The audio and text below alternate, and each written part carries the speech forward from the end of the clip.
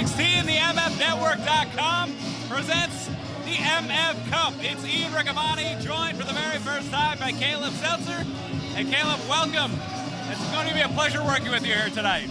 Good evening, MFNetwork.com. I'm Caleb Seltzer, joined alongside on commentary by Ian Riccaboni. It's the MFPW Cup, and it's going to be a hell of a night. It is.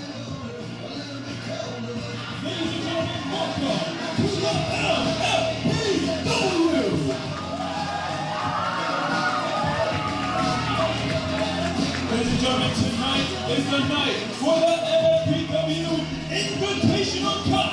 Why is he so angry? See some history made, so Paulsboro, who's ready? Well, you can bet I'm ready, Caleb.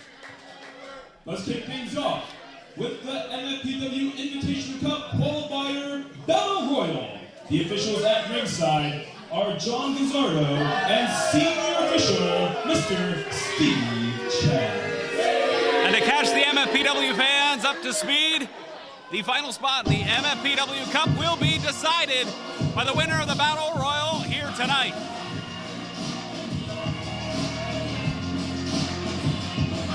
The events are as follows. Major Clipper. Gotta be one of the favorites here tonight. The Red Scorpion and the last Warrior Warrior. Gonna be tough to dump those two over the top rope. All good. Anthony Green. Terrible. Oh, Caleb, this is my pick here tonight. A young man who could go all the way. Just taking a look at a few of these guys already. There are no winners. Darren De Niro, very well put together young man. And here's a man who's been electrifying the MFPW crowd, Cody Vance. He's got the size.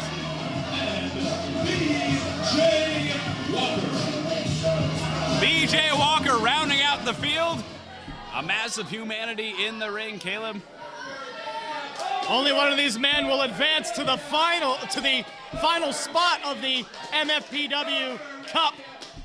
My money's on the ogre. Oh, yep. All right. Everybody, Never mind. that's what you're doing. Listen to me and look at us. If you don't know who we are, in case you forgot, let me remind you. My name is Chad Kensington. That is my partner, Royal Money. And we are the MFPW Tag Team Champions. The hottest faction in independent professional wrestling today. Paid in full. And we are entering the MFPW Invitational Cup qualifying Battle Royal.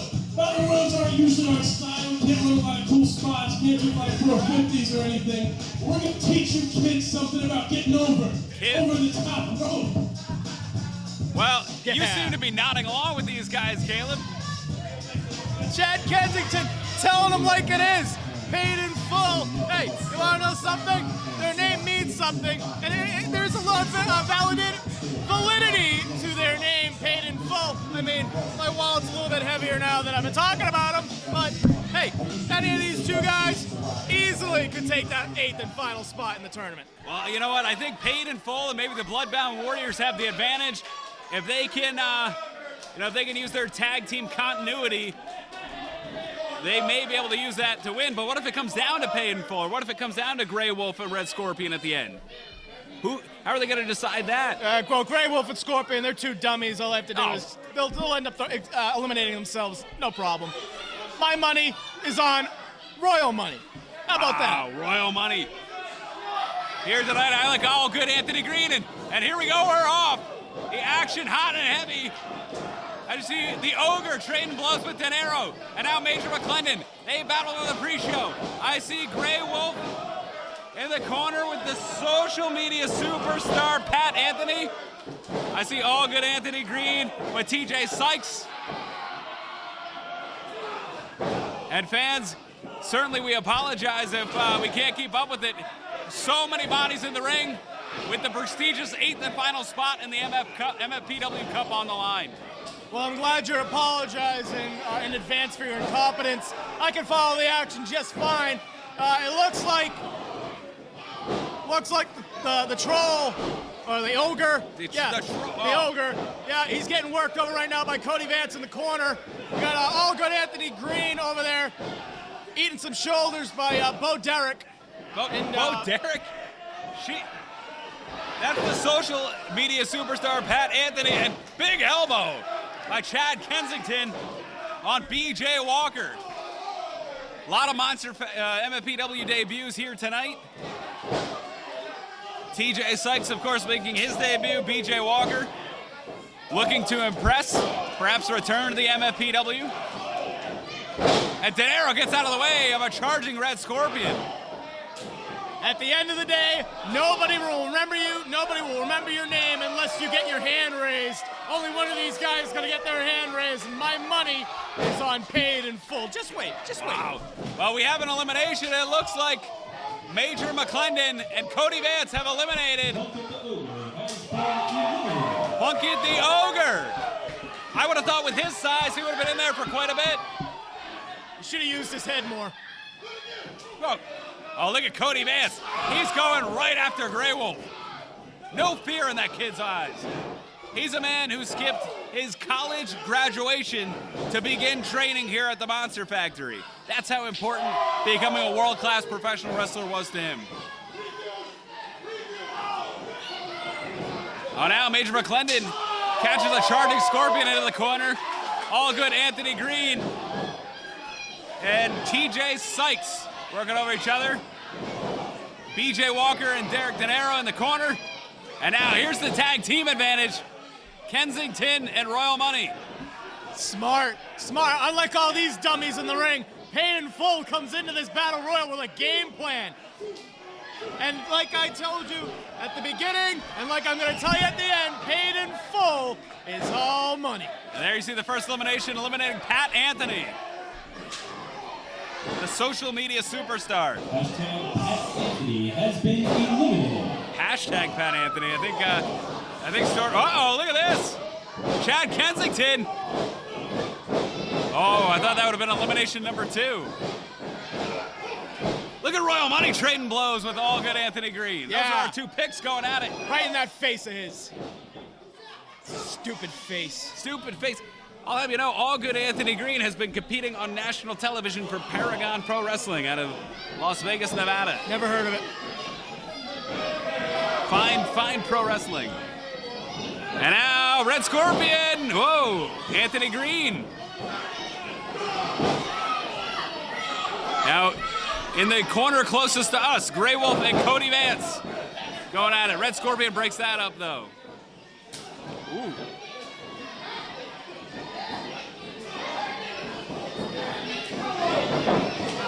Oh, Royal Money with a stunner on De Niro. And Chad Kensington. Bye. Wow.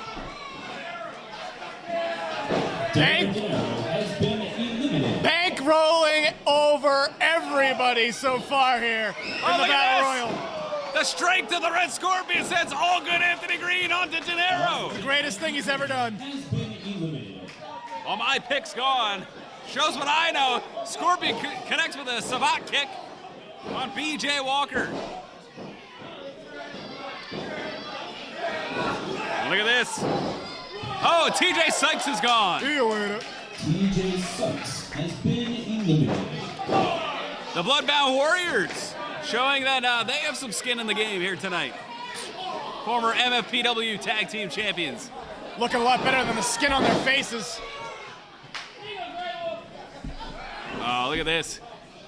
Going for some tag team moves, but BJ Walker may have bit off more than he could chew here with Grey Wolf.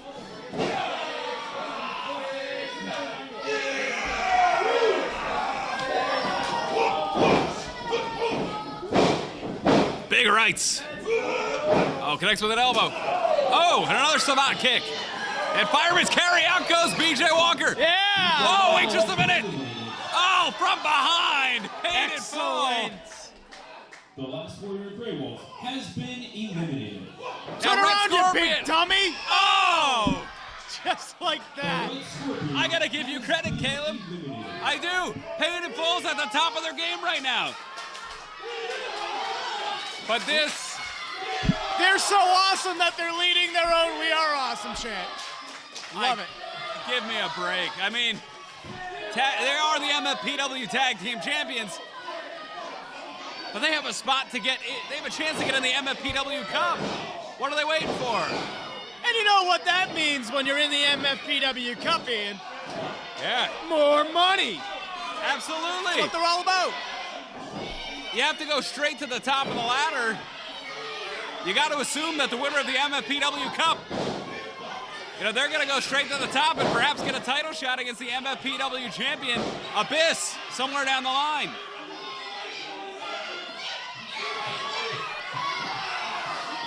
Kensington, oh, give me a break.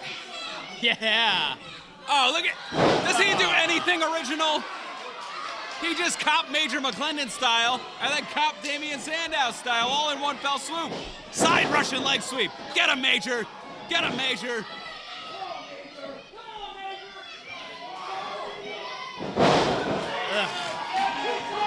Major in control. Royal, turn around. And this is how it's done, Caleb. Save your partner.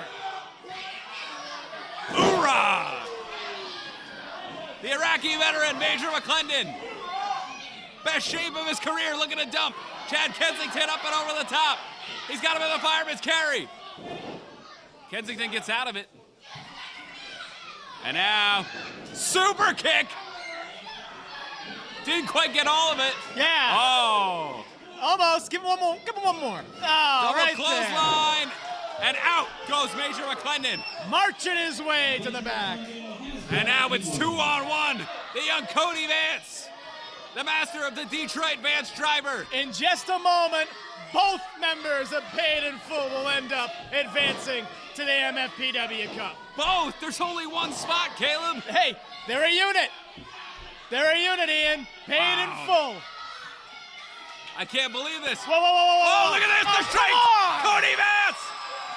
Cody Vance advances to the MFPW Cup. The winner of the MFPW Invitational Qualifier Battle Royal, Cody Vance. So many people in Cody Vance's life questioned his decision to become a pro wrestler. In 6 months, he's one of the fastest rising stars in MFPW history. And tonight, in one fell swoop, he eliminated the MFPW Tag Team Champions and will go on to compete in the MFPW Cup. I can't believe it, Caleb. Yeah, that's all well and good. Cody Vance, he eliminated. He won the preliminary battle royal. He beat all the lower card guys. But guess what? He's never been in the top of the food chain. He's playing with the big boys tonight in the MFPW Cup. If I was Cody Vance, I would take things very seriously. Absolutely. You know, you make a great point. This will be a test for young Cody Vance as we move on to the quarterfinals of the MFPW Cup. And for Cody Vance's sake, I hope he gets some rest before his all-important quarterfinal bout later tonight.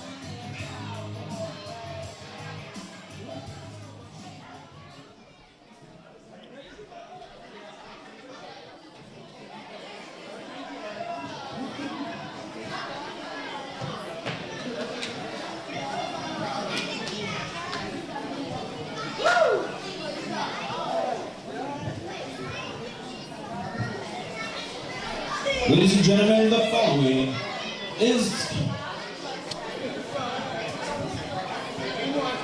What's next?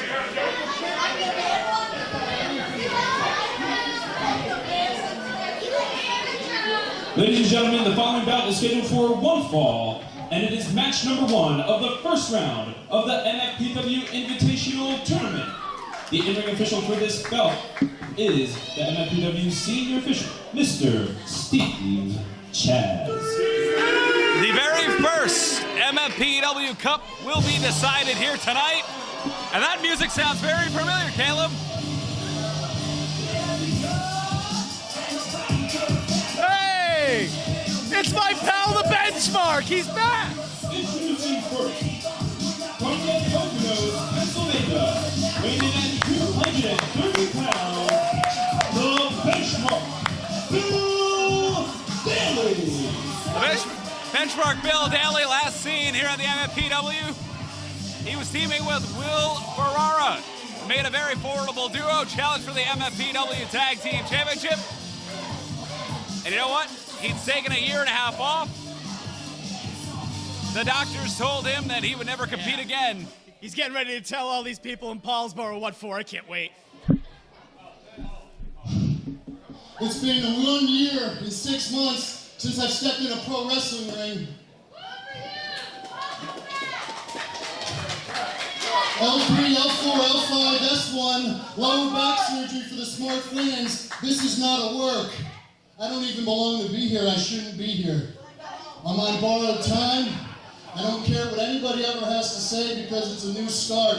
I'm grateful. I'm humble. I'm going to work my ass off for every single one of you people in the building, every single month.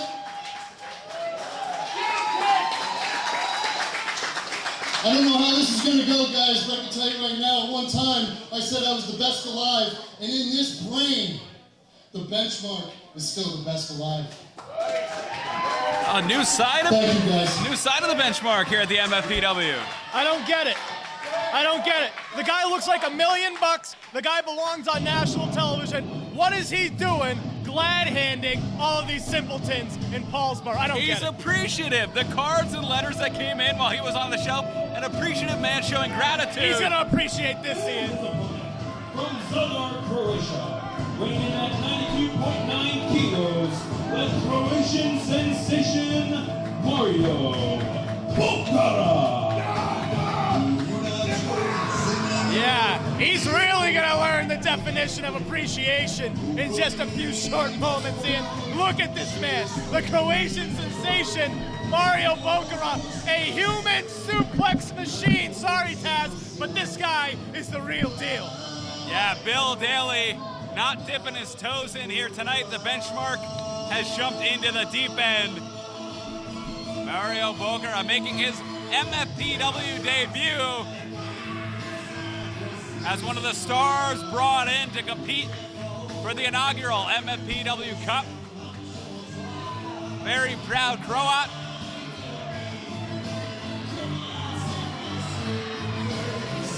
Despicable, these fans in Paulsboro discriminating against Mario Bokara for being a foreigner. All he's doing is showing how proud he is of his nation, of his heritage, and what do these people do? They just boo him for being Croatian. It's ridiculous. Well, he had some disparaging remarks on Twitter and Facebook about the fans here in Paulsboro, saying that he would run right through the MFPW Cup and go on to take the MFPW Championship to Croatia.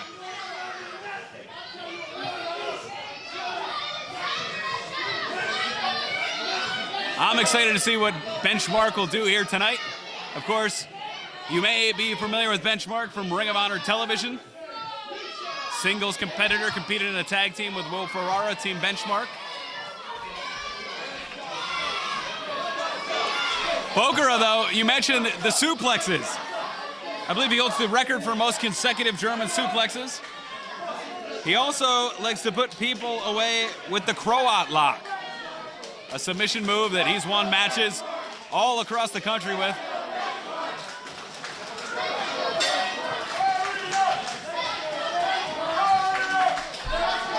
This should be a great match to start the MFPW Cup here tonight. Yep. Start the clock right now. Start the clock right now. It's not going to last long. Uh-oh. If there's one thing about Bokara, one thing you need to know real quick is that he likes his matches like that, just like that. Short, sweet, quick. There we go. Side headlock now by Benchmark. Benchmark, of course, the only sponsored athlete at one time in ROH, sponsored by Jersey Pump. He mentioned the lower back surgery, kept him out of action for 18 months. It may limit some of his offense here tonight. I'm not sure what kind of benchmark we'll see here. The only benchmark that's going to be set is the one that Mario Bokara is going to establish right here tonight. I don't know about that. Benchmark on the offensive side headlock takeover.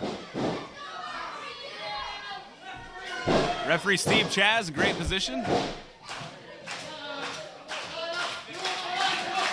at that. Is he going to go to the eyes like that all night, Caleb? Effective. You're more familiar with Mario than I am. But his reputation precedes him as someone who's not afraid to do that or go to the tights. Are you kidding me? He does what's necessary to get the job done, Ian. Don't forget, this is a tournament. You're not wrestling once, you're not wrestling twice, you're wrestling 3 times. Short, sweet, and to the point is the style that Bokura takes every single time he goes into the ring, and that is, I'm sure, the strategy going into this tournament. Short, sweet, and effective. Get yourself to the finals. I got to give you credit for that point. That's some great analysis. Oh, shoulder takedown. That's why I'm here, Ian. You know, and that's why I got to think the tournament may favor somebody like Bokura. Whoa! Beautiful hip toss. An arm drag takedown. Irish whip. Whoa, Bokura, great ring positioning, very aware. Where he is, connects with a boot. Daly charges in, benchmark with a clothesline.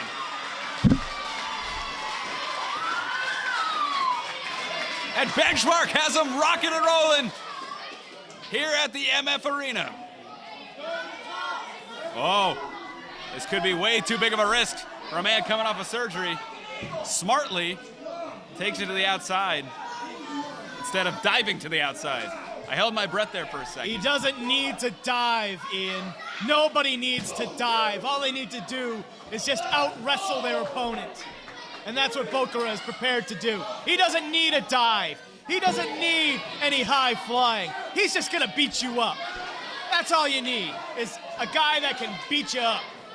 And Bokura is prepared to win this entire tournament using his fists. Well, you know what? He had some great ring awareness on the outside. Rammed that surgically repaired lower back into the ring post, that cold, hard steel. And now staying on top of Benchmark. I gotta give him credit. Very first time I've seen him, he has a very focused game plan on the lower back. Yeah, well, Benchmark did a real smart thing, getting on the microphone, pretty much announcing that he's had back surgery right before a big match. You don't think that Mario Bokura wasn't paying attention to that, was he? No, he was paying very close attention to what Benchmark had to say, and he's going out here, and now he's performing surgery. Oh! A knife edge chop! But Bokura, just very maniacal, very methodical rather, just, oh, but this, look at this, choking him. Chaz, get him out of there. The imprint on his chest. I can't believe Benchmark connected with that. Irish whip into the corner using all of his strength. It's a very strong man, Bokura. Oh, this is making me cringe. That surgically repaired lower back. I can't believe the pressure and the force being put on it. Great game plan, but it's painful to watch. Oh, suplex. Is the first. Using the hips to roll over. Uh-oh, going into a German. Oh. Connects with a German.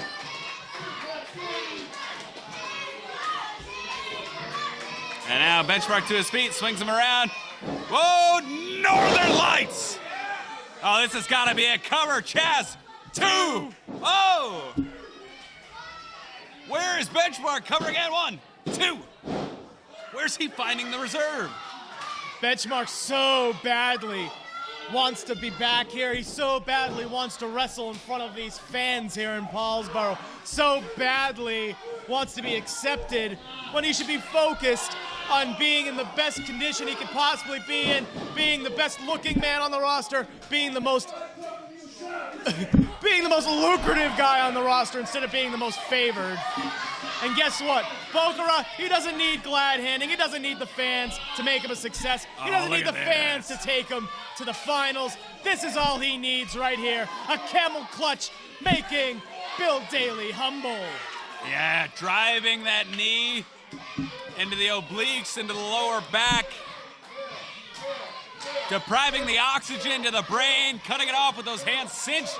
But Daly using those strong legs.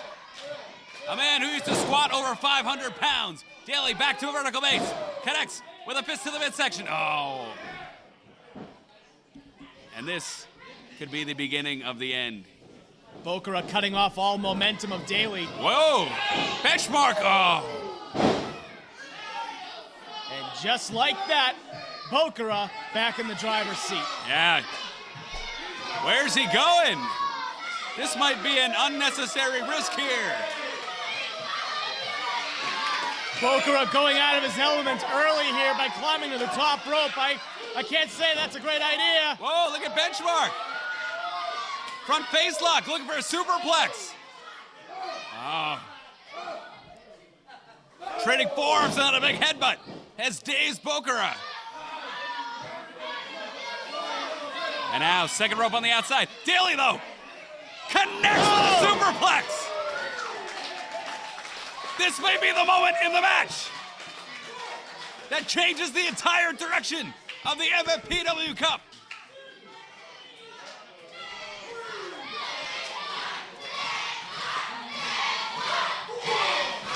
And the fans rallying behind the returning Benchmark,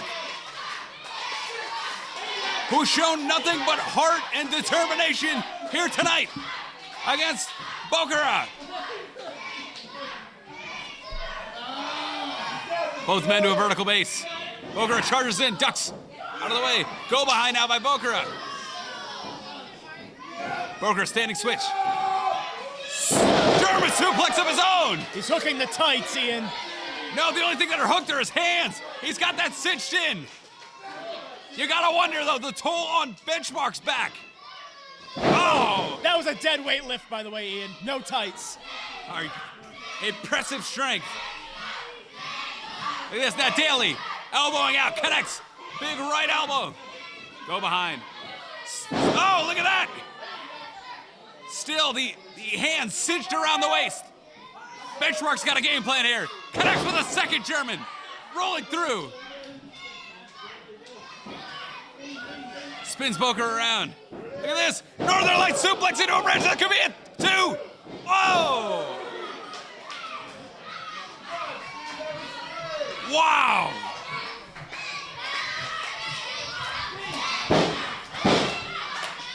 Benchmark now on the precipice of a quarterfinal victory here at the MF Arena.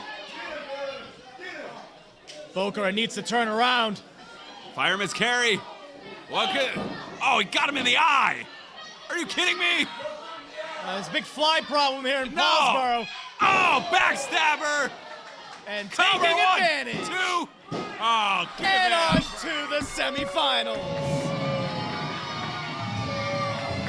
Here's your winner, Black Coalition sensation, Mario Bokara. Mario Bokara wrestled a fine match tonight. Daly took his eyes off the prize, and Bokara was there to capitalize. He didn't take his eyes off the prize. Bokara poked him in the eyes. Are you kidding me? Like I said, I saw a bunch of flies buzzing around here at the Monster Factory. Flies everywhere around ringside. No. So unfortunate, Daly happened to succumb to a fly in his eye. Bokara was just there to pick up the pieces and go on to the semifinals. Well, you know what? Both men very impressive here tonight. Unfortunately, only one man could win. And it'll be the Croatian sensation, Mario Bokara, moving on. Take nothing away from Benchmark Bill Daly, who in his MFPW return, He loses. I'll finish that sentence for you. He comes back to wrestling, and he loses. Back to the gym, Bill. See you then. See you there, pal. loses. He's won tonight. He's won the support of the MFPW faithful, Caleb. And I think that's maybe more important in his journey back to the top of the MFPW and the pro wrestling world.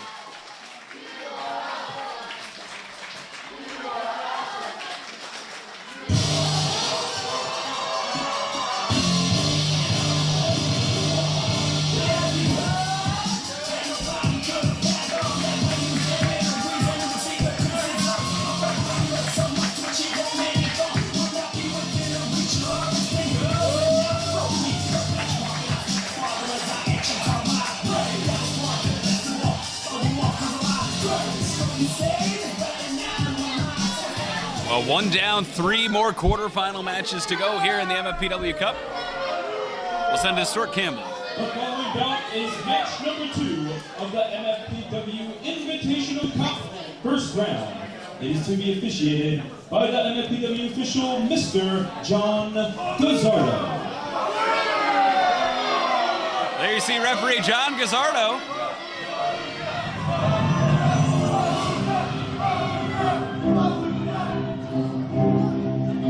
This is brand new music. I'm not familiar with it. This could be the surprise entrant into the MFPW Cup. And there, oh, God. Well, I know that. I know both of those men.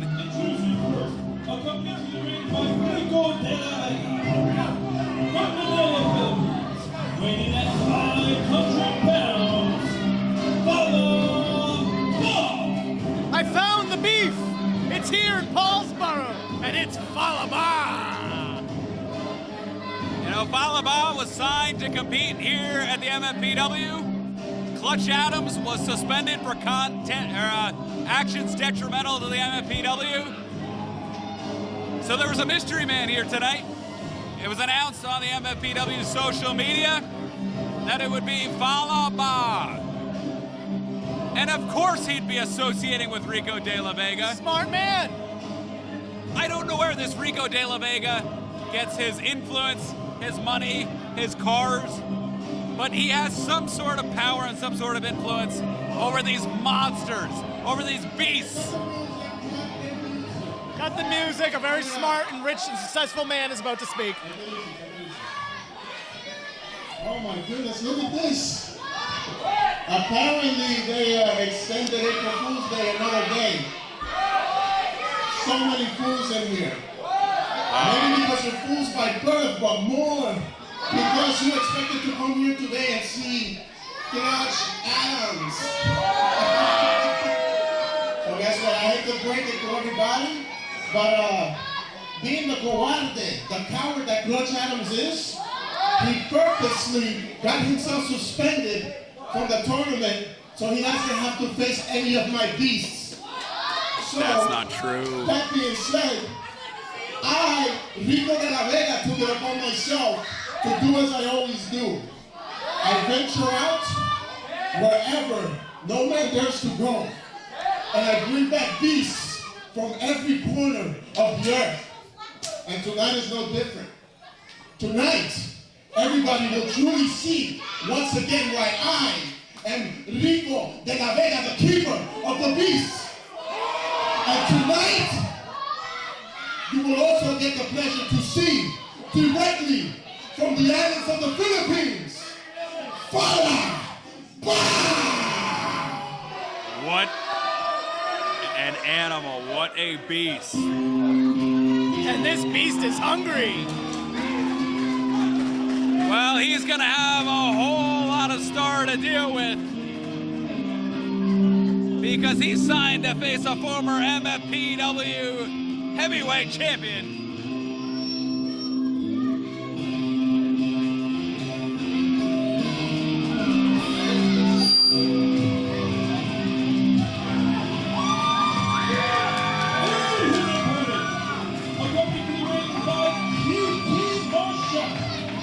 Representing the real life deal, good luck prohibited, weighing in at 247 pounds, he is one half of the Keystone Pro Wrestling Tag Team Champions, Punisher Martinez. And here's a man who's been making waves around the pro wrestling world. You may have seen him in the ROH Top Prospect Tournament, but of course you know him on the MFNetwork.com as a man who's been the flagship, the franchise here at the MFPW, former MFPW heavyweight champion, Punisher Martinez. With him here tonight, QT Marshall, and they represent the real life heels.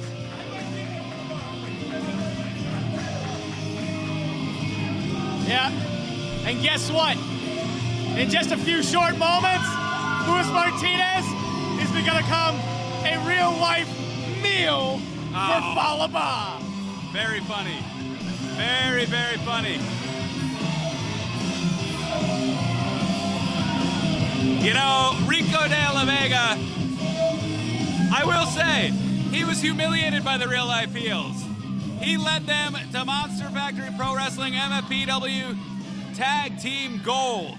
He led Matthew Riddle to the MFPW Heavyweight Championship. Preach. And he was left in the dust. I understand his frustration with the Real Life Heels, but at the same time, he's got to take a look in the mirror. What could anybody possibly see in Rico de la Vega other than his money to want to associate with him? And now he's taking advantage of Falaba here, a monster, a beast, who the only thing he knows how to do is fight. And he's taking advantage of him to do his battles. Here in the MFPW, rolls him up, cover, You gotta be 2. kidding me. Whoa. No way. Now look at this, Punisher. Rights, lefts, uppercut. Irish whip, look at the strength. Oh, never mind, reversed. Connects with a big back elbow. Cover. Surprised he got the big man off his feet so quick. Gonna take a hell of a lot more than that to take out the Filipino sumo, which is Falaba. Whoa. Beautiful uppercut, chop there. And now Irish whip. Oh, Punisher connects with a super kick. Oh, and he's loading it up. The Fist of Anarchy. Get up, Fala. Second rope. Oh, and it sounded. Beautiful belly-to-belly suplex. If he can stay on top, this could be the opening to the semifinals. Break out the spatula. He just flattened the Punisher. Making his Monster Factory debut, Falaba is making quite a statement in the opening minutes of this match.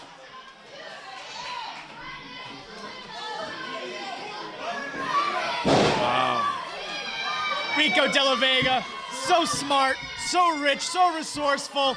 You want to know somebody in Rico de la Vega's position, someone who was abandoned by his best friends, left in the dust. Hey, shows a lot of character in Rico de la Vega to pick himself up, dust himself off, and go out and find somebody bigger and better in Falaba. Oh, look at this. Ducks down, look at that. Sunset flip, can he get the big man to? Oh! Oh! Wow. That was impressive. I wouldn't be surprised if his sternum is cracked too. I will say this. Rico de la Vega is a man who does not forget past indiscretions. Last time here at the MFPW, he brought in Kyle the Beast. We've seen him bring in Congo, a man that Falaba has teamed with and was tag team champions with in Chaotic. We've also seen him shore up Nick Camarado, the Freak Beast, and he's formed quite an impressive grouping of just gigantic, dangerous men. Ducks the big right. Whoa! Yeah! High cross body by the 500-pound man. 2, 3. Whoa! Oh, come on.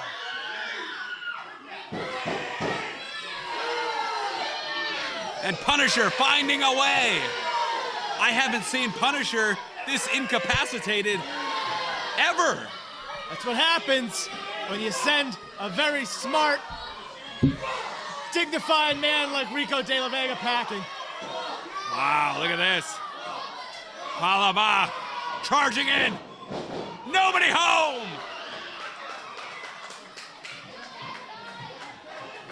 Cheating his way to victory. Cheating.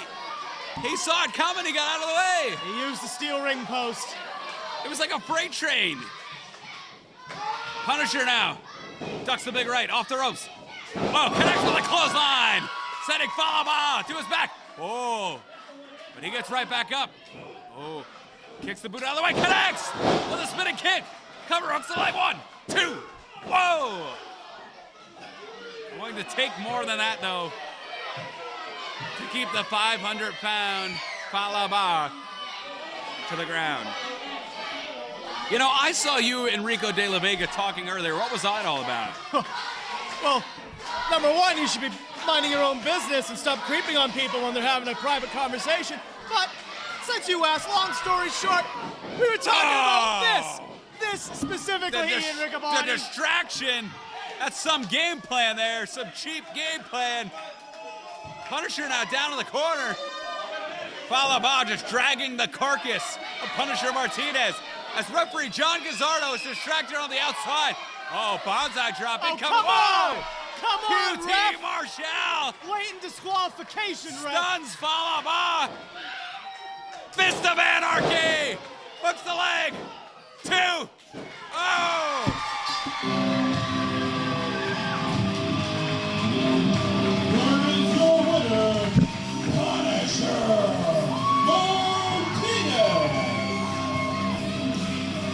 And the beast has been slain. So it's good to know here in the opening round that the Punisher already has the referee in his back pocket. Oh, give me a break. Throw up the sign, brother. The fix is in. That was entirely Rico De La Vega's doing. He's the one who got on the apron and caused that whole scene. Punisher Martinez. Whoa, look at that. All Rico De La Vega was doing was objecting to the officiating in the match. That's all he was doing. And QT Marshall takes it upon himself to blatantly cheat and help his man pick up the victory. Well, either way, that was cheap. I'm sure we haven't seen the last of Falaba here at the MFPW. Your winner heading to the semifinals of the MFPW Cup, Punisher Martinez. That's all right. That's all right. There's still 2 more matches to go. He's got to face a hell of a lot more competition. I'm sure Rico De La Vega's got a backup plan. Don't you worry.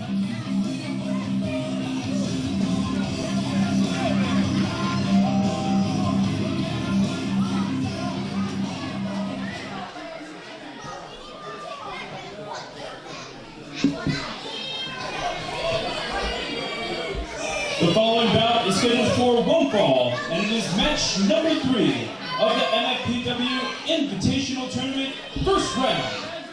The in-ring official for this bout is the MFPW's senior official, Mr. Steve Chaz. Another great quarterfinal bout here at the MF Arena. Referee Steve Chaz, your official, the senior official here.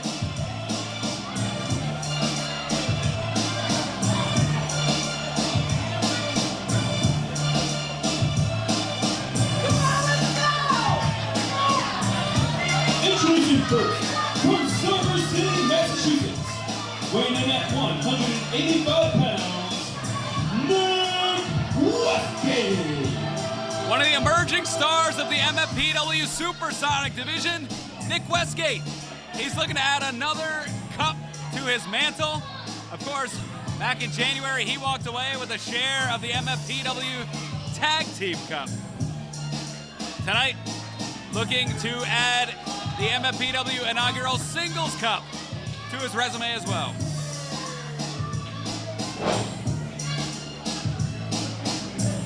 Nick Westgate certainly looks ready. Been in the gym, been watching his tapes. All he's got to do is just beat some simpleton from New Jersey. No big deal. Boston's got this on lock. Boston, well, Cody Vance. You hear the Kid Rock blaring. Cody Vance is from the D. From Big D, Detroit, Michigan. From Detroit, Michigan, weighing in at 235 pounds, Cody Vance. Yeah, great. Bill yourself from Detroit, Michigan. Yeah, Detroit with a very rich pro wrestling history that dates back to the Sheik, Abdullah the Butcher. Lowest IQ rating in the United States. Stop. You stop. You can leave. I'll handle the broadcast duties for the rest of the night. You can go back to wherever you've been. Go back there. Well, here you see Cody Vance. Of course, Cody Vance, the last qualifier in the MFPW Cup, earned his spot by winning a battle royal that began the show here tonight. Of course, when you talk about that, you have to think that's an advantage in the column of Nick Westgate.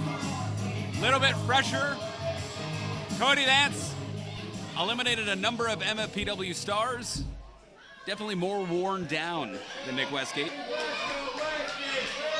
And of course, when I do the plus and minuses, Westgate with the experience advantage. Westgate very strong, but I believe Cody Vance might have the strength advantage. Oh, nice takedown there. Westgate with the definitely the speed and agility advantage. So definitely very even pluses and minuses between the two. Go behind, breaks the wrist, standing switch. Oh, into a high takedown, front face lock. Westgate with the amateur wrestling background. Turns it into a front face lock with a little bit of a hammerlock there, but Vance finding his way out, hammerlock of his own. Westgate finds the ropes, clean break. All right. There's no doubt that Nick Westgate has the ability to out-wrestle Cody Vance all night long. Trainee of Brutal Bob Evans, someone I know and someone you know very well. Absolutely. Student of Bob, a little SOB in Nick Westgate. Yeah, and he's taking it there with a side headlock. You know, Nick Westgate, he was a champion power lifter. And that's going to be on display here tonight, but look at that. Cody Vance powers out. Those huge 21-inch arms from Cody Vance. Westgate sends Vance into the ropes. Shoulder tackle sends Westgate down. Taking time to pose, though, that might be a rookie mistake there. Yeah. Ducks down. Westgate, beautiful leapfrog. Oh, nobody home. Look at that, beautiful roll through, cover too. Whoa, hip toss. Come on, Nick, get back on your horse, kid. There's Cody Vance, scoop. Slam. Vance is feeling it here. And another one. If Westgate's not careful, he might end up in the Detroit Vance driver. Charges in, but Westgate saw that coming a mile away. Meeting the floor. A place that Cody Vance just does not want to be in with a high flyer in Nick Westgate. Yeah, Westgate can change the complexion of this match very quickly if Vance finds himself on the mat for too long. And he brings Vance forcibly back into the ring. Hooks the leg. Didn't have all his body weight there on Vance. Left that right side uncovered a little bit.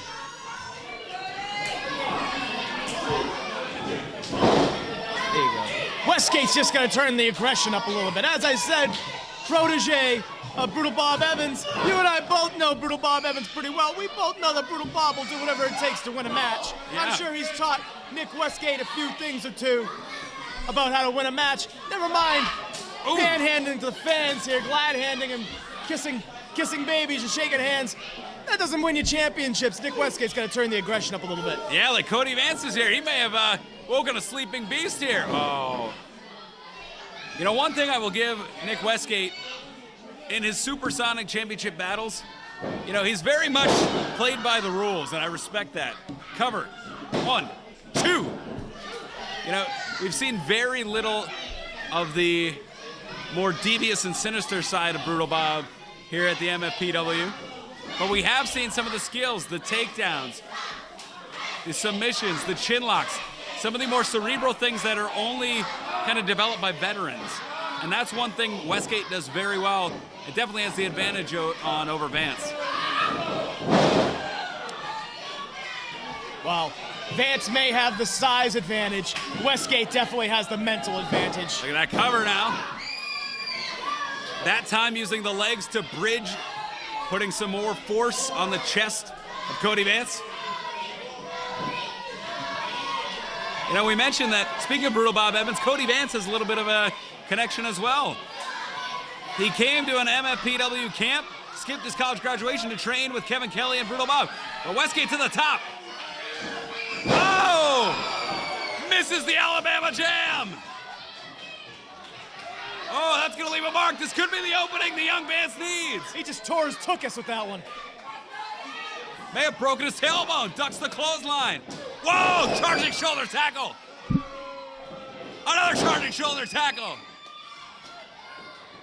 Whoa. And now Vance. He's got Westgate where he wants him. Oh, inverted atomic drop. Oh, going for a side suplex perhaps, but no. Oh, almost the Blue Thunder Bomb. Goes for the cover. 1, 2. Never say die attitude of Nick Westgate showing up here in Paulsboro. And Vance now, you can see the rookie frustration kind of setting in. He's wondering what he has to do to beat Nick Westgate. Simple, be better. And now he's setting him up for the Detroit Vance Driver, the DVD. Westgate, oh, look at this, rolls through. And now look at this, uh-oh, this could be it. Oh, flips out of it. What a counter. Savant kick to the chest, cover. 1, 2. Almost 3. Almost kicked his heart right out of his body. Those lightning fast, quick kicks of Westgate. Oh, come on. First the fans love him, and now they hate him. What's that all about? Westgate playing by the rules here, but I think they just like Vance that much. He's going to the top. High risk, high reward. The momentum, the pendulum has swung in the favor of Nick Westgate. He could be looking to put Vance away. Oh. Look at this, Vance now. He's on the second rope on the inside. Looking for a superplex, maybe. Westgate, that strong core. Oh, pushes Vance. He's got to capitalize quickly. Uh-oh. Silver City Splash. Cover. 2. Yeah. We'll take it to Sort Campbell for your winner. Here's your winner, Nick Westgate. That's all right, Paulsboro. You can embrace and back the losers all you want. Us New England guys always stick together. Nick Westgate all the way, going to the semifinals. Wow, Nick Westgate, he is headed to the semifinals. Great victory over a very game Cody Vance. Cody Vance's toughest challenge to date. Unfortunately, he comes up on the loser's end of the first. You know, I would like to see these two go one-on-one on a day that Cody Vance was not involved in a battle royal. That might have been the difference here. Hey, you want to know something? Throwing a bunch of chumps over the top rope maybe considered a workout to Nick Westgate, and he would have just cleaned that up no problem and would be going right on to the semifinals regardless. But that's all right. Good tune-up. Good start, Cody Vance. You'll be there again one day. But don't worry, Nick Westgate, he's going to go on and do just fine. And Nick Westgate, your winner, moving on to the semifinals here in the MFPW Cup. This you could do without. Great display of sportsmanship. Don't need it. This is why Nick Westgate's going to lose. You just said he was going to win. You said he was going all the way. No. That's all right. Because guess who he's got to face in the semifinals, Ian? Oh, jeez. Yep, that's right. Super Mario. Wow. The Croatian sensation will face Nick Westgate in the MFPW Cup semifinals. We got one more quarterfinal match here to go at the MF Arena.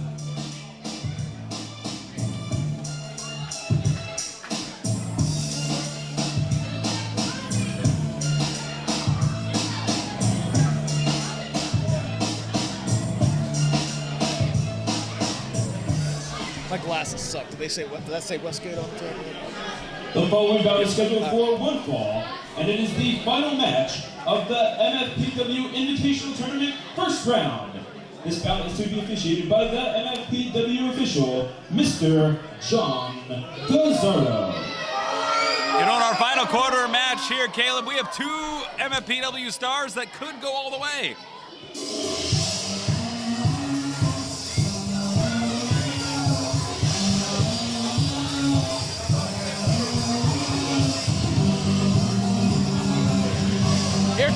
pick, Ian.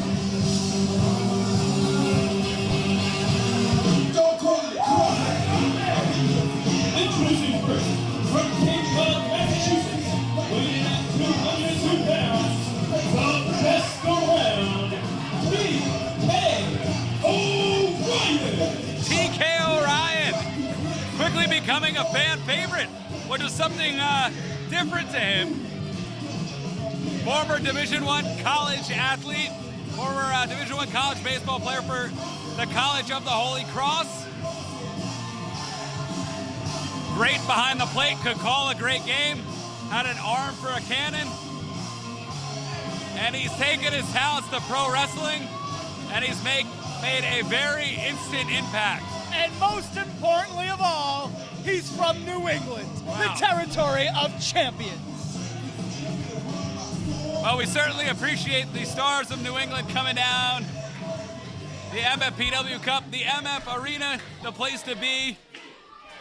And you're seeing stars from across the country, Caleb, as you illustrated. A lot of the top stars from New England.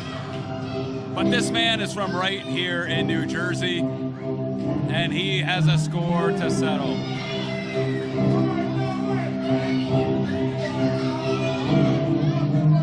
Yep, my pick has changed. Wow. Accompanied by Rico de la Vega from Blackwood, New Jersey, weighing in at 275 pounds, the Freak,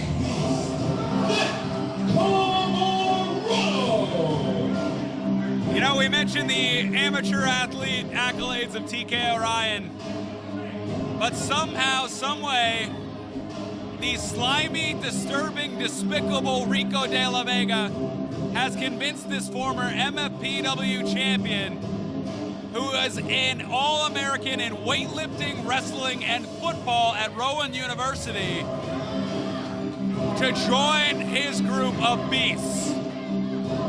And he is a man who has his eyes dead set on the Monster Abyss and the MFPW Heavyweight Championship.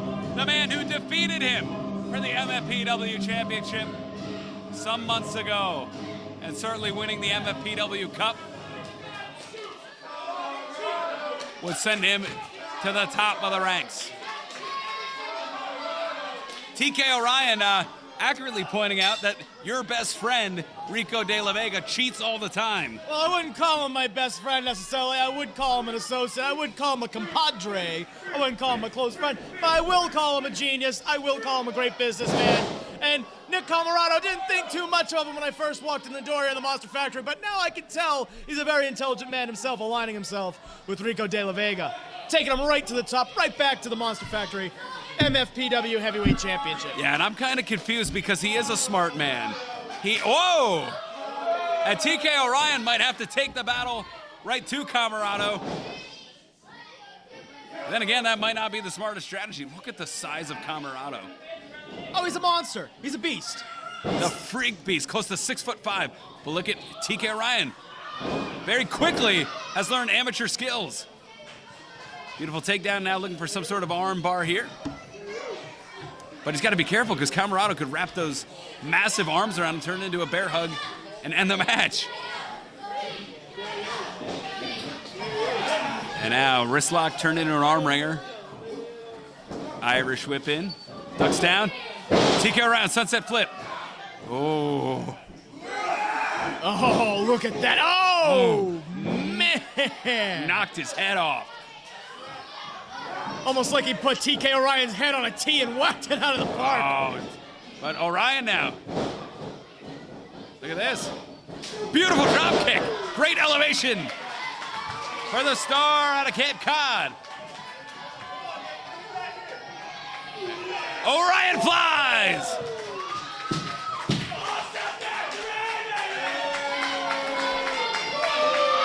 And look at this. He's got to be careful. He's got to keep his attention on Camarado. Camarado's too good of an athlete, too good of a wrestler to divert any attention to that sleazeball out there, Rico de la Vega. I'd watch your language if I were you, Riccaboni, because you're in and out of these doors quite often. You might be shown the door permanently if Rico de la Vega's got anything to say about it. Whoa, look at that! Frog splash cross body, too! Beautiful double clutch. Look at the smarts of TK Orion going right into the wrist lock. TK Orion, I'll give him credit. Wise beyond his years, only his second full year of in-ring competition currently. TK Orion has definitely wrestled some of the best in the entire sport today, but guess what? He's never met anybody the size, the strength, and he's never met anybody like Nick Camarado before. A completely different animal. Absolutely. And I do mean an animal. Ooh. And this animal was inside Camarado this entire time. Don't let anybody be fooled. Whoa! An exploder slam, too. Man. It just took a smart, a very persuasive, quite frankly, it took an ingenious man like Rico De La Vega to bring the real freak beast out of Nick Camarado. It took shady, shadowy money. That's the only link between all of these amazing beasts that De La Vega's bringing in. Money makes the world go around, and money brings the world to Nick Camarado. And Camarado just toying with him at this point as Rico De La Vega. You know, and De La Vega's got some incentive, too, for Camarado to win this tournament. You know, Camarado was not aligned with De La Vega when Camarado lost the MFPW championship to Abyss. But De La Vega did take a massive black hole slam into thumbtacks at the hand of the Monster Abyss. So he has some personal,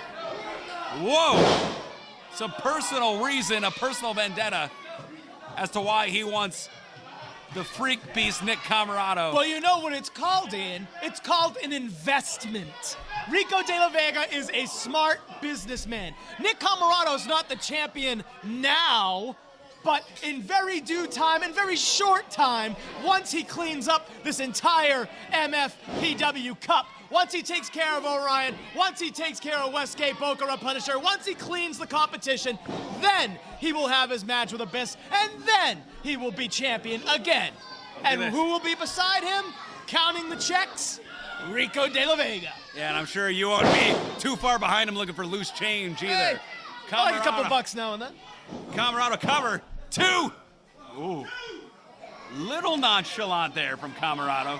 Left a window for TK Orion to get that shoulder up. Well, TKO barely got that shoulder up, and hey, I'll give him credit. He's sticking in there with the Freak Beast. Not an easy situation to be in. I'll give him credit. He's definitely showing a lot of perseverance. He's definitely showing a lot of resilience. That's not going to be enough, though, to take out the Freak Beast. You know, and he's got to be running on instinct. He's taken a beating so far from the Freak Beast, Nick Camarado. Just trying to find his way out of this bear hug, those massive arms. Oh, jawbreaker, that'll do it. He's got Camarado stunned. Does he have the wherewithal to capitalize? TKO now. Oh, up and over. Blocks a big right. Uses the ropes to his advantage. Oh, beautiful elbow. Going for the cover. Oh. Yep, trying to cheat. No, that's just great positioning Great by work referee. by the Yep, excellent work by the referee. And maybe a rookie mistake. You said only 2 years into professional wrestling, not knowing quite where he is. But then again, that could be because of the beating Camarado has unleashed on him already. Whoa. Any more forearms like that, TKO will probably think he's back in Boston. I'm impressed with the resilience, though. He's not giving up. Orion still trying to wait to get to his feet. Camarado scoops him up. Here we go. Whoa! Orion now running on fumes, on instinct. Oh. And he's about to be running on empty in just a second. Camarado. Can he get him out of the ropes? Oh, sunset flip. Oh! Into the turnbuckle. Check on him, Rico. Check on him.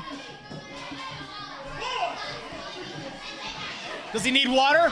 Nick, you sit down.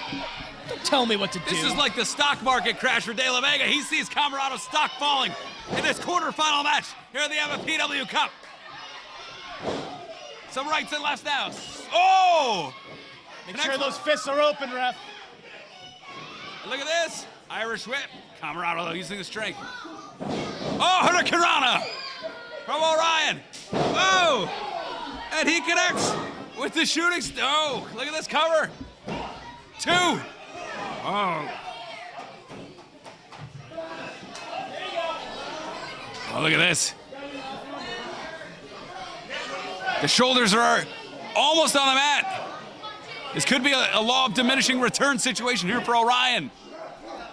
He's got the submission locked in. But Camarado. Wait, oh, look at this. Look at that freakish strength. Deadlifting a full-grown man. Oh! And driving him spine first into the canvas. Orion has no idea where he's at right now. Spear! Oh! This has to be it. Yes! Wow. 1 down, 2 to go. The winner of this match, the Freak Beast, Nick Camarado. Well, Camarado gets the job done here tonight. Valiant effort by TK Orion. But you know what? The last laugh might be on De La Vega, because Camarado, he's got a date with the Punisher, Caleb. Mark my words, Ian. My ultimate prediction. Your future MFPW Cup winner and inevitable future MFPW Heavyweight Champion, the Freak Beast, Nick Camarado.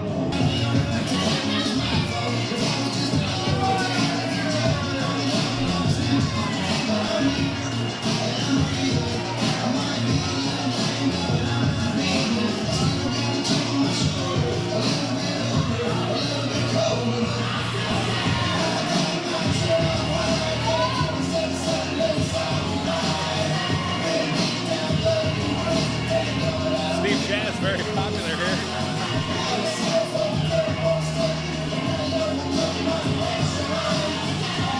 Hollywood, New Jersey, are you ready for some more wrestling action?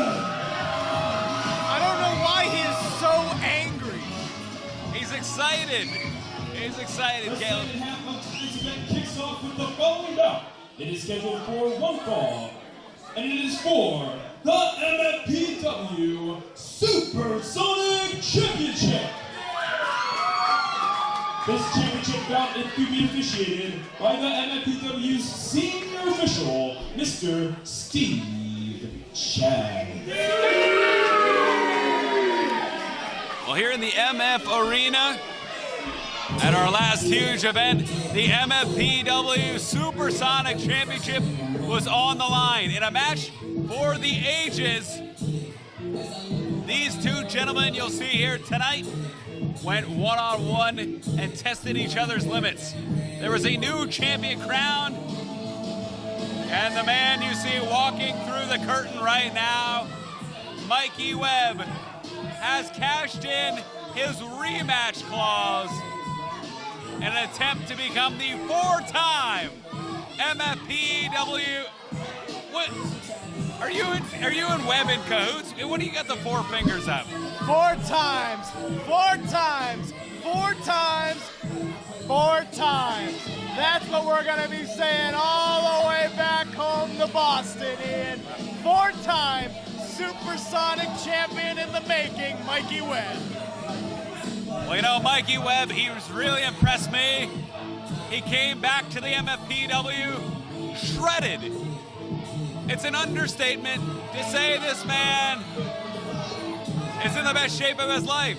He might be in the best shape of any of the competitors here in the MFPW. Not an ounce of fat on the man. He came back, he captured the MFPW Supersonic Championship, and he ran into a better man at the last MFPW event, who you will be seeing right now. That was then, this is now.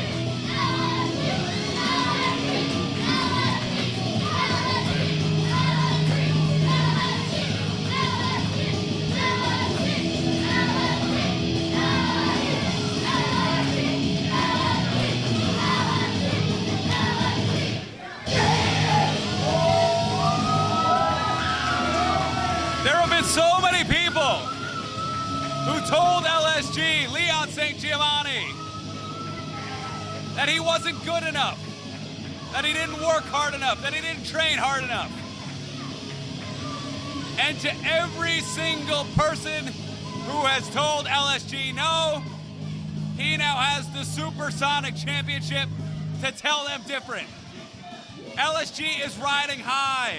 2016 might be the year of Leon St. Giovanni. He won the play-in match to win the final spot in the ROH 2016 Top Prospect Tournament. He's taken his game to the next level, incorporating a move he calls the Geospear, a 450 splash, the Saint Explosion, a move that has earned him victories in Ring of Honor. And he is fulfilling a destiny that he has visualized since seeing his first professional wrestling event live, Final Battle 2005 in his hometown of Edison, New Jersey, with his longtime friend, Good News Tim Hughes.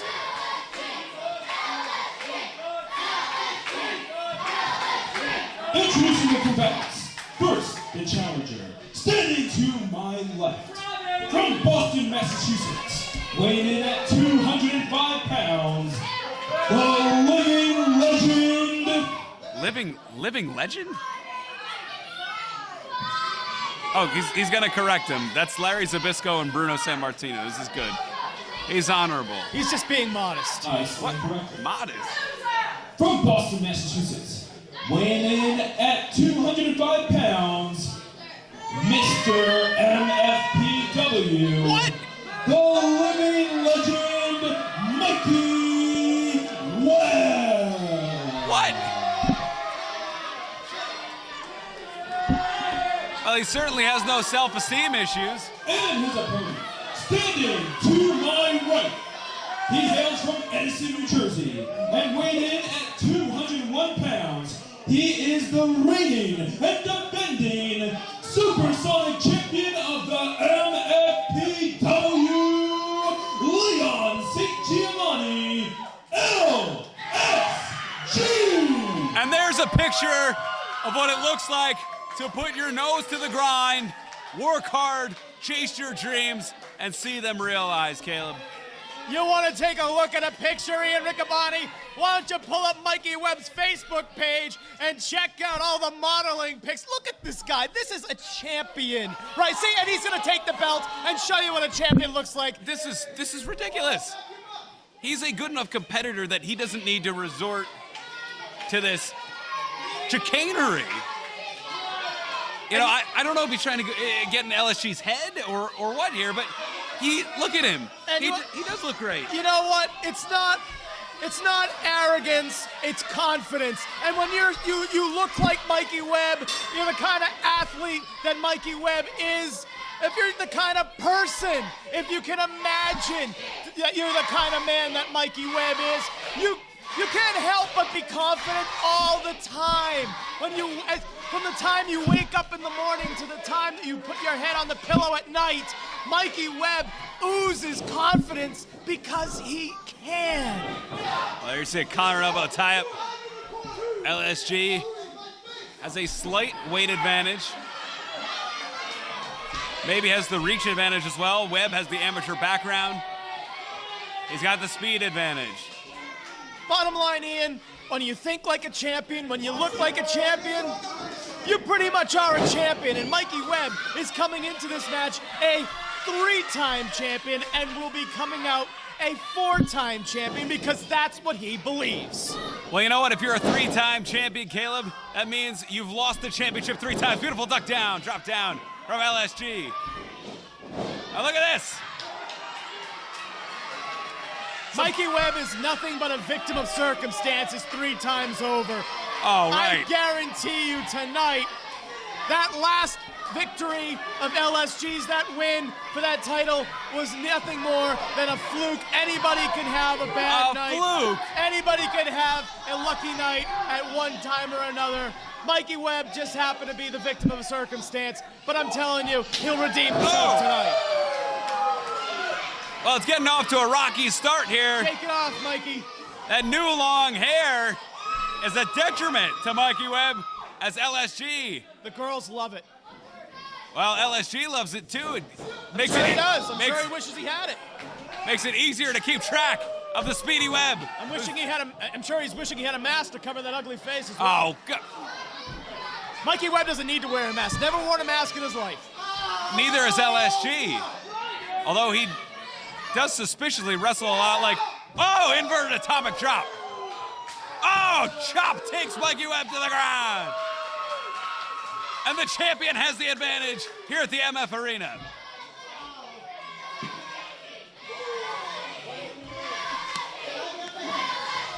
You know, this hard work, the fans here at the MFPW, they've seen LSG grow. They've seen him grow as a wrestler. They've seen the physical changes, the hard work put at the gym. And they appreciate that. Well, they feel close to him because that's, every time they go to their local Taco Bell, he's standing right behind the register. They see him every day. Of course there's a connection there. Are you kidding me? Drop down, leapfrog. Look at this, LSG. Whoa. Ducks the clothesline. Beautiful drop kick. Webb back to his feet. Hip toss. Down goes Mikey Webb. Uh-oh, double underhook. Cover hooks the leg. This could be it. 2. Oh, 2 3/4 early on in this championship bout. I have no doubt in my mind that Mikey Webb's gonna bounce right back in this thing. Look at this. There it is. You see, that's what separates the talent here in this ring. Leo's. Whoa! Ref. Yeah, that's what separates the talent. Beautiful standing drop kick. Yeah, and look who's still standing on the middle rope, Mikey Webb. He knows how to take a punch. Yeah, but he knows how to take a kick. He can get right back in there. Yeah, he's sure taking a lot of them, especially Mikey. from LSG. He's right in front of you, Mikey. Yeah, Dazed and that's all right. confused. Take your time. Oh. Whoa! Falls down like a redwood in California. Whoa! Beautiful elbow cover, hooks the leg. 2. There's the toughness. There's the resilience of Mikey Webb. You see, what separates these two guys here, Ian, is their training. Leon St. Giovanni. Who is he trained by? He's trained right here at the MFPW and at the ROH Dojo. Whoa! Come Look on, at this. Mikey. The speed of LSG connects with a somersault. Punch off the apron.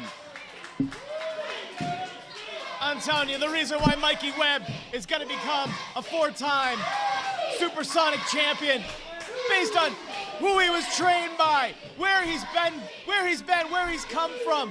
You say Leon St. Giovanni, former competitor in the Top Prospect Tournament. So is Mikey Webb. And guess who he was trained by? The Top Prospect Tournament finalist, should have been the winner, Brian Fury. Yeah. Who knows what it means to be a champion and to be a success. And boom, right there, Mikey Webb Oh, God. taking out the trash. This is a different side of Webb. A tree of woe almost on the outside. St. Giovanni just hanging there. Take nothing away from Webb. He competed at Final Battle 2014.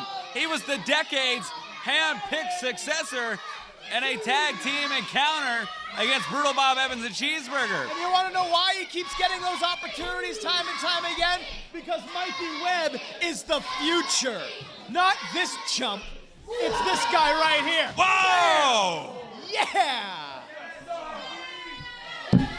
Shades of Pete Rose just diving and driving and sliding into home.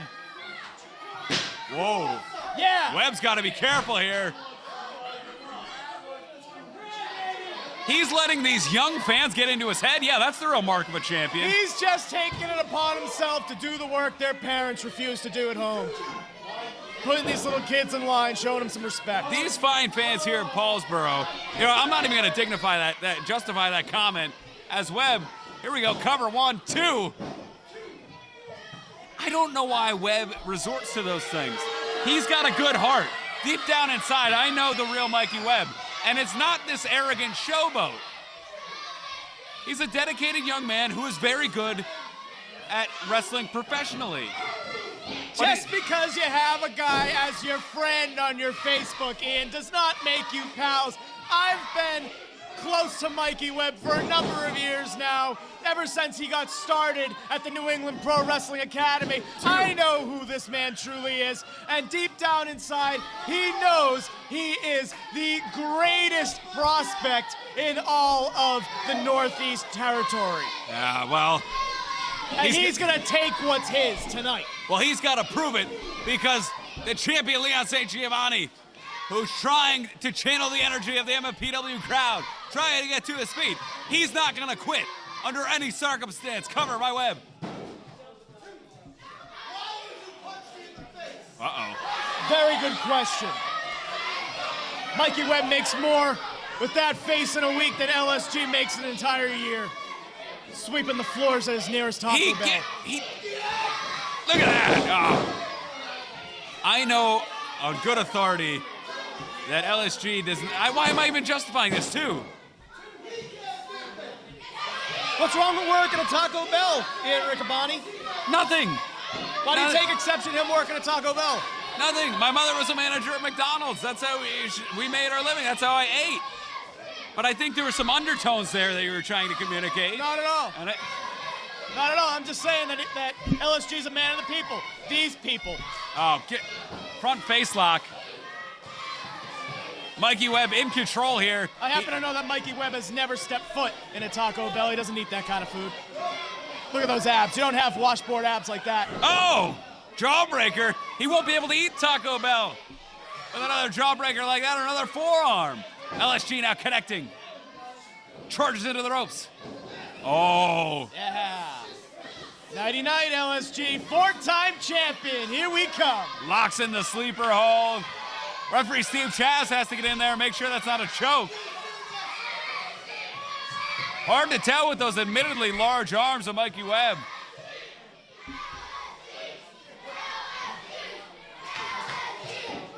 Steve Chaz in great position. Didn't even ask if he wanted to quit. I guarantee you he said yes. I could have sworn I heard him say yes. LSG never quits. It's the heart that made him the MFPW Supersonic Champion. Now Webb off the ropes. Whoa, misses with a Mafia kick. LSG connects with a back elbow. Where's he finding this fire from? St. Giovanni now. He's got Webb in the corner. Charges in, up and over. Webb sends him out to the outside. Whoa, blocks the right. Connects with a forearm. It looked like a closed fist to me. And now LSG, whoa, flips up. Oh, Webb saw that coming. And it's scouted. But LSG rolls through. Webb. Oh. Yeah. Oh, sit out, senton. Here Cover it is. 1, 2. Whoa. I thought we almost had a new champion. Only a matter of time, Ian. Only a matter of time. Going right back to that mounted sleeper hold.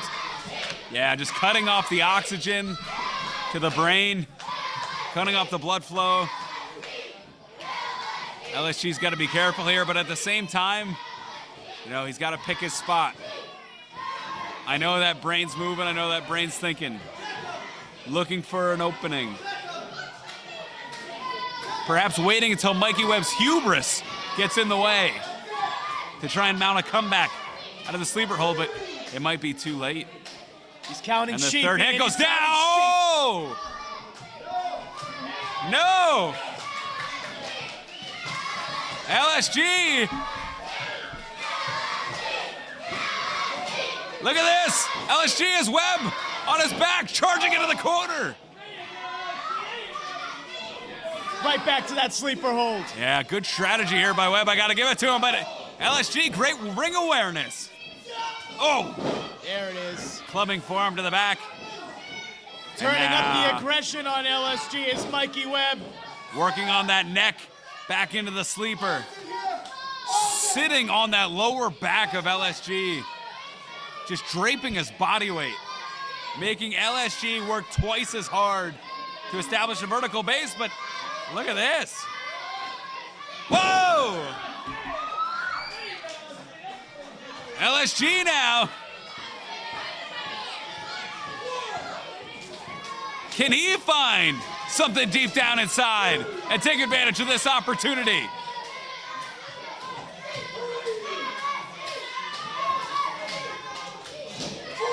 Mikey Webb has got to get up. He's got to get back in control. Yeah, that might have knocked the wind out of Webb. Just drove him into the mat. Ducks the big right hand. Connects with one of his own. Again, LSG. Oh, ducks the right hand. Oh, comes off. Big flying clothesline. Spinning elbow.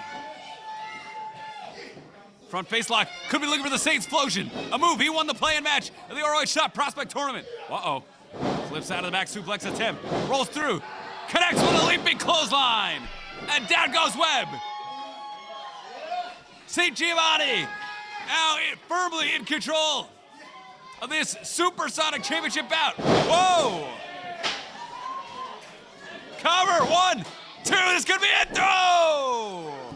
There's the toughness. There's the resilience I was talking about earlier. Mikey Webb has got that Boston strong spirit flowing through his veins. That's what a 4-time champion is made of, Ian. Well, he's only got 3 right now, but you know what? He's gonna have 4. Watch this.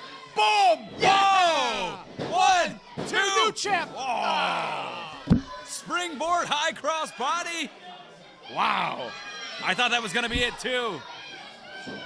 Oh, St. Giovanni now.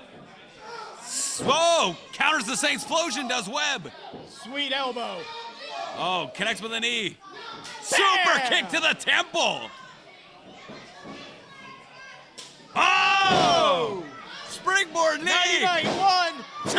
This could be it. No. Wow. Come on, ref. St. Giovanni kicking out on instinct alone. Drives it into the rib cage. Using the heel of that boot to wear down St. Giovanni. It is way too loud in here. Wait, the fans. Will you leave these fans alone? They are chanting on the man with the biggest heart in the MFPW. No, they're not cheering on Mikey Webb. They got to pipe down. Oh.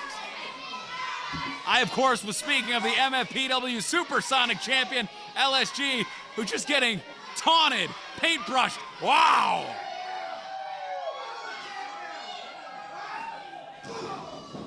Yeah, you don't hit Mikey Webb in the face No. and not pay for it. And this series of strikes, Mikey Webb likes to refer to as the Mikey Shuffle. Uh-oh, fireman's carry. He could be going for the... Oh! That's a move he calls the You're Still Ugly. That's right. But, Oh, whoa! come on. St. Giovanni found the ropes. Running away from Mikey Webb, escaping the inevitable defeat. Whoa! How are the lights still on for LSG? That move would have surely won on the match. He can't go to bed just yet. He's late for his shift. He's got to wrap this thing up. Oh. Whoa! You know they're open till 2 now. Connects with a knee to the face. I'm starting to think you work for them with all the promotion. Oh, go to the top. Geo Spear, maybe. The 450, will he connect? Oh! And this is it. Empty pool. No one home. This is academic for Webb. Wait a second. 1. He's got the 2. tights. He's got the tights. Robbed again. Rob. Here is your winner, and still Supersonic Champion of the MFPW, Leon St. Giovanni, LSG. That was an incredible victory in the rematch. That was nothing but robbery and highway robbery. Amazing wherewithal after missing the geosphere from the top rope. Hold on, I gotta make sure my wallet is safely tucked into my pants before he comes walking over this way. I know you and Webb are buddies, but you can't take nothing away from the man who's walking out the MFPW Supersonic Champion. Just like he took the victory away from Mikey Webb when he hooked the tights. No, he did not hook the tights. Come on, we combined have 8 eyes here in the commentary table, Ian. I saw it clear as day.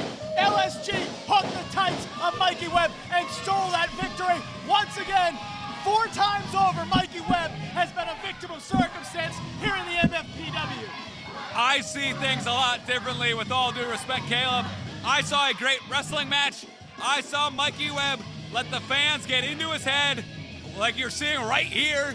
I saw Mikey Webb take his eyes off the prize for just long enough for LSG to capitalize and walk home still the MFPW Supersonic Champion. Absolute travesty of justice.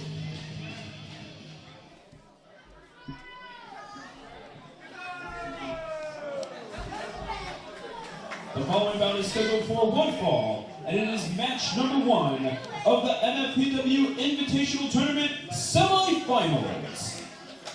The in-ring official for this bout is the MFPW official, Mr. John Gazzardo. Well, there you see referee John Gazzardo. We're getting ready for this semifinal match in the inaugural MFPW Cup. And that familiar music can only mean one MFPW star will be making his way to the ring.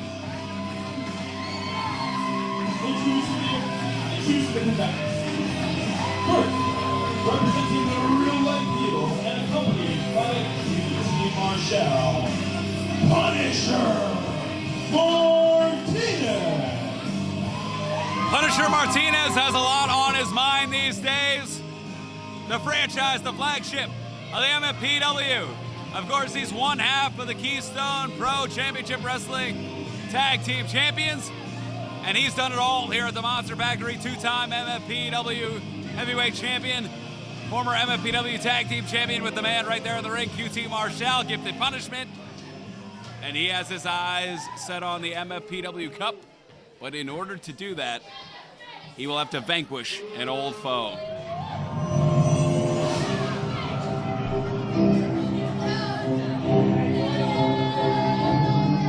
Oh, God. You can see, oh, jeez. And his opponent, accompanied to the ring by Rico Alamega and Alaba, the Freak Beast, Nick Camarado. Look who came to the party! He does not have a manager's license in the state of New Jersey. Hey! Oh!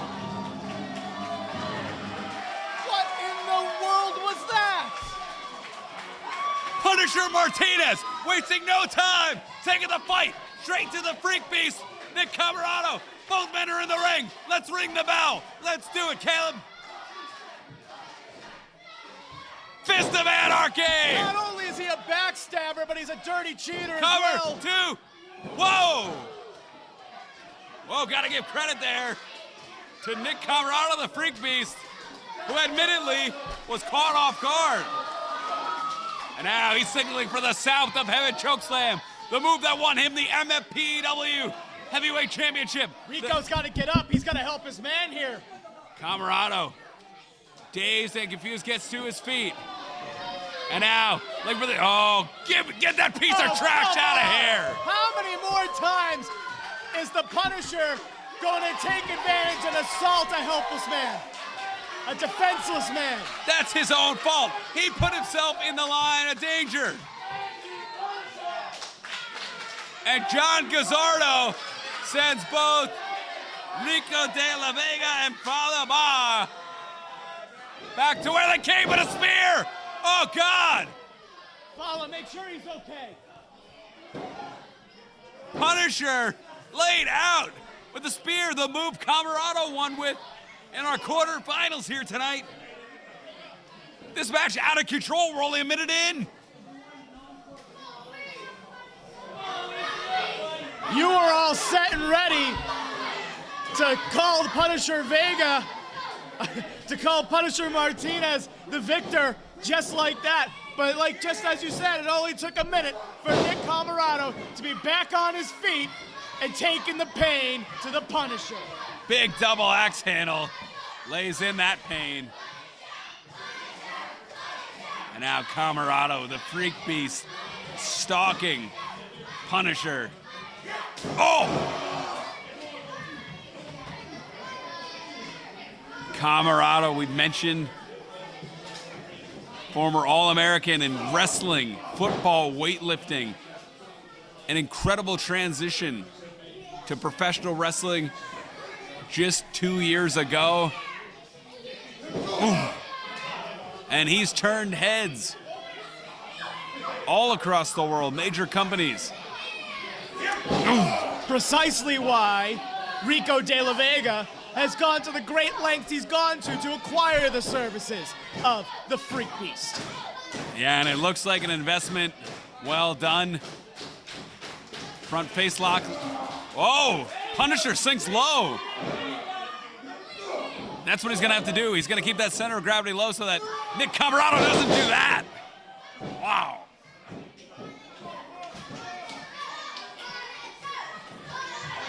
Camarado firmly in control. Cover. 2. You know, usually Rico De La Vega is the difference on the outside, sticking his greasy nose in the business that it doesn't belong in. But now that he's out, I'm going to tell him you said that. You can tell him whatever you'd like. Rico De La Vega knows exactly how I feel about that slimy, sneaky, greasy-haired man. Hey, first of all, he's got rock star hair. Second of all, he's got more money than you, and more money than you would ever hope to make in an entire 10 years working your whatever job that you do. Whoa, look at this. Washing Beautiful cars. washing car. Oh! Snap power slam cover. This could be a 2. John Gazzardo, so that's a 2 count.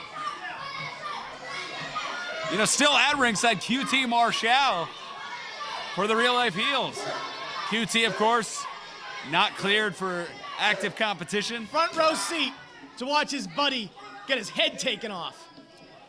He wants no part of this. Oh, looking for the spear. Oh, spinning kick. Connects right under the ear.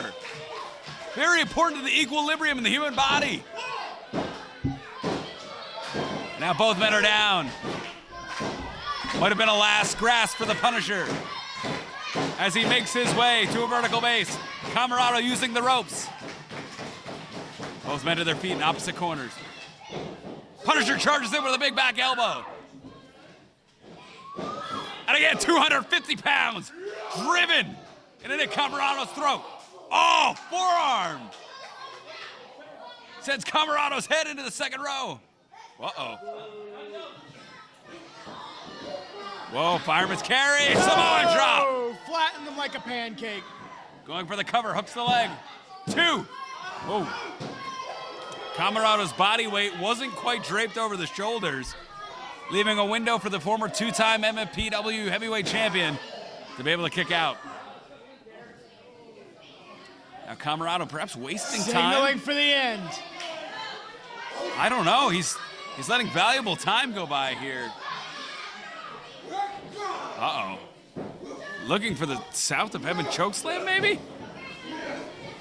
Oh! Punisher connects with a spear! Camarado's signature move, too! Whoa. Wow. Incredible match. It's been an incredible tournament thus far, and it's going to be great. At the end, when Nick Camarado raises that cup above his head, it's going to be awesome. I hope Abyss is watching this. I don't know if either of these men will have anything left for the finals. These two monsters are leaving it all in the ring here at the MF Arena. And now, Camarado connects right in the oblique with the knee. May have stunned Punisher. Whoa. Come on, it's a choke, ref, it's a choke. Camarado in a precarious position. Whoa. Oh! My goodness. Oh! And he calls that the heel life stomp. Cover 1, 2, and Punisher Martinez is headed to the finals of the MFPW Cup. Rico! Here is your winner, Punisher Martinez. Before the match, Oh, that's terrible. before tonight's MFPW Cup, I talked to Punisher Martinez, who said he had a number of new moves he would have at his disposal. And we just saw one that finished off the Freak Beast Nick Camarado. The heel life stomp. And that was the difference here tonight as Punisher Martinez heads to the MFPW Cup Finals.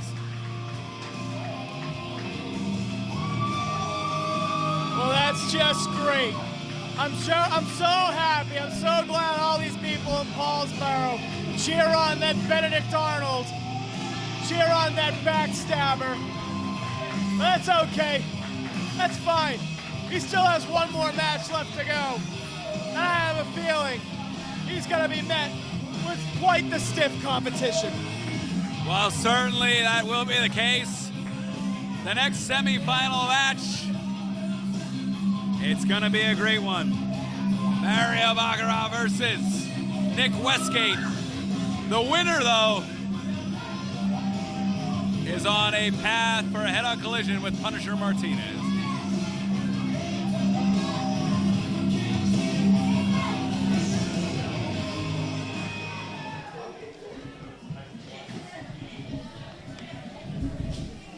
The following bout is scheduled for one fall, and it is match number 2 of the MFPW Invitational Tournament semifinals. This bout is to be officiated by the MFPW's senior official, Mr. Steve Chaz. Glad to see that Stewart's calmed down a bit. You know, see, he's a young man. He's got some jitters. Big event like the MFPW He's got a Cup. bad temper. And speaking of bad tempers, yeah.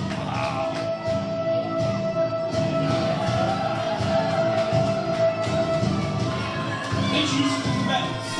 First, making his way to the ring, the Croatian sensation, Mario Baccarat. Mario Baccarat. Here comes my pick, Ian.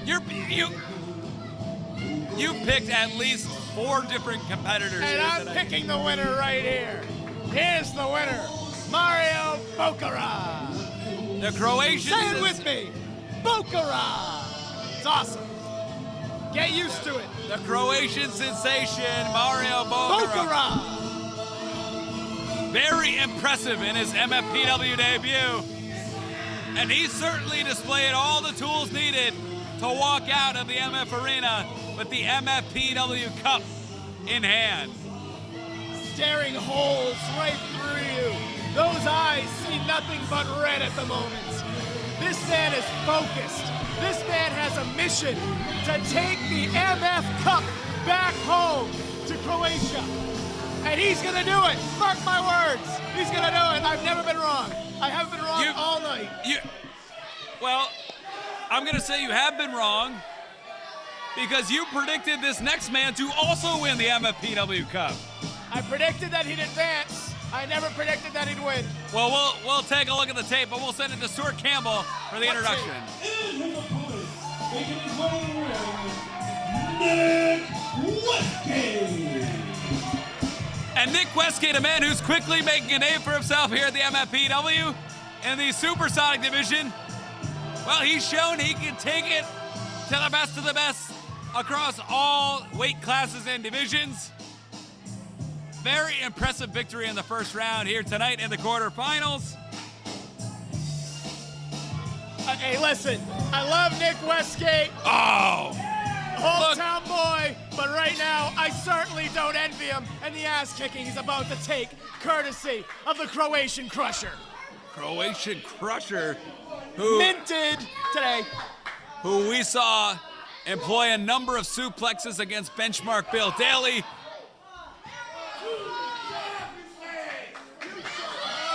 Yeah, you tell them, shut up their face. Wow. Getting in the fans here, getting in the face of these young MFPW fans. Baccarat just unleashing quite a wrath, man, on Nick Westgate. Look at this. Using every inch of the ring to stretch out the ball and socket joint in that shoulder. Oh. Yeah, and he certainly knows the rules too. He's conveniently breaking at the very last possible minute. A very honorable tactic, huh? A very effective tactic, Ian. Cover two. Not gonna pin Nick Westgate this early. Although if you keep working on that shoulder, what's what Baccarat's doing? Oh, driving the knee. Like a surgeon, Ian. Taking apart that shoulder right now. Dissecting the joints. Well, I heard in Croatia the medical licenses are very loose.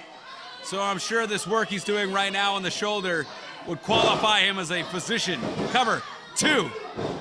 And you know what? Yeah, I did insult Croatia because I don't want the MFPW Cup heading over there. I think this is insulting to the fans here in Paulsboro. I think it's insulting to the MFPW fans across the country. I find you quite honestly very closed-minded and quite prejudiced. And I hope that Mario Bocra hears this from the ring and comes over here and punches you in the face. And so I could just take your job permanently here and everywhere else that you work. Well, that being said, like you took my job everywhere else that I worked. Took your job. Yep, look at that tape. Look at this. Yeah. Using the rope. I'll have you know that it was a very organic process to become the voice of Women of Honor. As we see a front face lock, Mario Bocra. Hey, I'm glad you're proud of that, brother. Oh, here we go. Hey, some of the best women on the planet compete in both the MFPW and in Women of Honor. Front face lock. Here we go. Could it be another one of... Oh, suplex. No, countered. 2 inside cradle. Oh. Well, you're playing with the girls, Ian. This guy, Bocra, is beating the bag out of the boys worldwide. And he's beating the bag out of Nick Westgate right now. Westgate in trouble in the corner.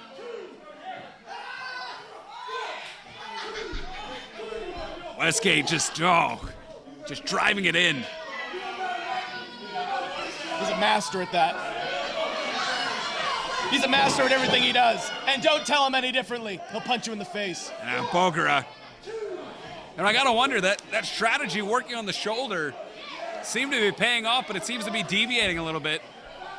Going to the neck a little bit. As you see, Westgate favoring that left shoulder. I would just focus on that, Caleb. I don't know why he's going off track here a little bit. Oh, look at this roll up. 1, 2, this could be it. Oh! I thought we had another finalist. Oh. Right back to the beating. As I mentioned earlier on in the night, Ian, Nick Westgate, trained by Brutal Bob Evans, just molded by Brutal Bob Evans as a professional wrestler, knows almost everything that Brutal Bob knows, but unfortunately doesn't bring everything that he knows to the ring. And the one thing that he's lacking tonight that Mario Bocra is making up for in spades is the aggression. Yeah, Bocra. There's wrenching that arm. The pressure jolting through the elbow and through the shoulder. He's using his sturdy base to drop low, to apply extra leverage. And this is the strategy that can and will defeat Nick Westgate. He just needs to focus on that shoulder. It will. Just watch. Westgate, though, he's feeling it. Oh. Fans hated him earlier, now they love him. What's going on? Oh, beautiful back suplex there. Cover, 1, 2. You know, I gotta admit, 2. Another near fall. I gotta admit, you know, the fans here at the MFPW went against the fan favorite like Cody Vance, sided with Vance. But there is something about the heart of Nick Westgate that's on display right now. I just think it's something in the water here in Paulsboro. Short attention span. That's all right. Well, now, Bocra. He's keeping his eyes off the prize. He's jabbering with the fans here. Whoa. Westgate, jumping savate kick. Connects right in the jaw. Does he have anything left? If he does, he has to find it here and try and put away Bocra as quick as possible. The winner of this match, of course, has a date with Punisher in the finals. And I don't know what anybody has left after this. Goes to show you the kind of man Bocra is, already almost to his feet. Yeah, there he is. Shows you the kind of competition here in the MFPW, right here on the MFPWnetwork.com. Ducks the clothesline. Whoa, drop kick. Sends Bocra to the ground. Another drop kick. A third. One of the biggest little men in the entire business, Nick Westgate, firing up. He's got that physique not unlike Muscle Hamster Doug Martin down in Tampa Bay Buccaneers. And he uses every ounce of it. Bokara takes his eyes off of him for just 1 second. Westgate connects with a forearm. Westgate measuring him here. Springboard! Hooks the leg cover, 1, 2. Oh. Not over yet. Absolutely not. Westgate still nursing that left shoulder. He likes to go to the top for the Silver City Splash. That might be what he's looking for here. And now. Already back up to a neutral position. Whoa. The Croatian sensation. He's going to the second rope on the inside. Front face lock. Wasting valuable time here. Mario. Westgate, oh, he's firmly got that top rope with the right hand. That shoulder's fully intact. Connects right in the solar plexus. Forearm sends Bokara down. Westgate takes to the sky. Sit out missile drop kick. Uh-oh, and here we go. He's going to the top. Westgate High risk. Westgate looking to seal the deal here. If he connects, he will go to the finals of the MFPW Cup. Oh! Nobody home. And Bokara. Boom. Oh, has him down. Oh, and this is the Croat lock. Oh, and he taps Just immediately. like that. Finals bound, baby. Just too painful. Bokara. Say it. Your winner by way of submission, the Croatian sensation, Mario Bokara. Love it. Get used to hearing that name, everybody. Your soon-to-be MFPW Cup winner, Mario Bokara. And if he wins the MFPW Cup, he'll be in line for a shot against the MFPW champion, Abyss. And he's liable to take both the Cup and the Heavyweight Championship back with him to Croatia. And who's gonna tell him no? Who's gonna stand in his way? The Punisher? Well, he's the MFPW's only hope heading into the finals. What an impressive athlete. Mario Bokara winning with the Croat lock. You can say that again. Defeating Nick Westgate, who gave it his all here tonight, but comes up just short to the debuting Mario Bokara. Say it again, Ian. Come on. Your Bokara. victor here tonight, headed to the MFPW Cup, Mario Bokara. There you go. See? It's easy.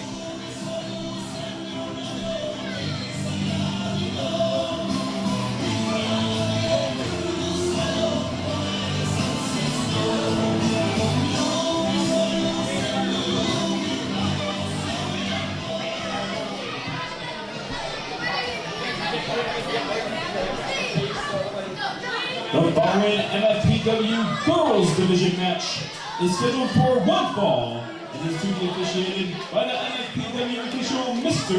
John Gazzardo. There you see referee John Gazzardo selected for tonight's MFPW Women's Encounter. Just waxed his head.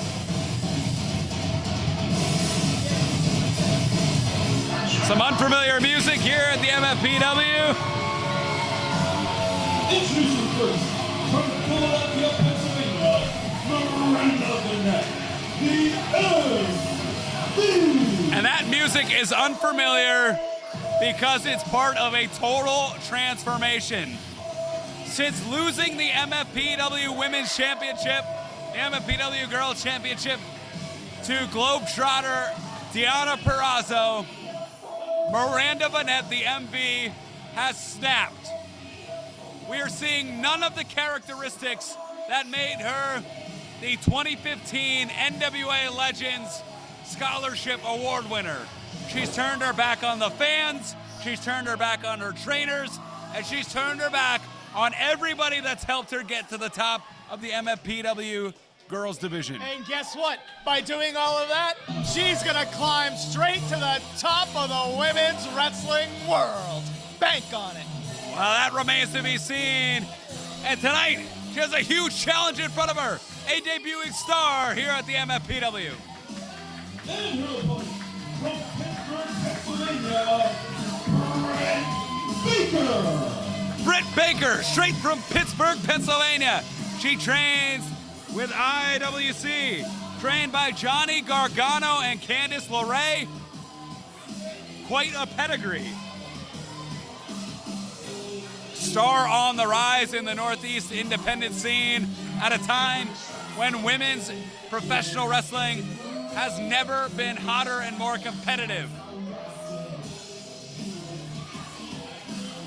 Yeah, well, that's all well and good. I mean, here she is, good-looking girl. I'm sure she's very talented, but you see what's going on here?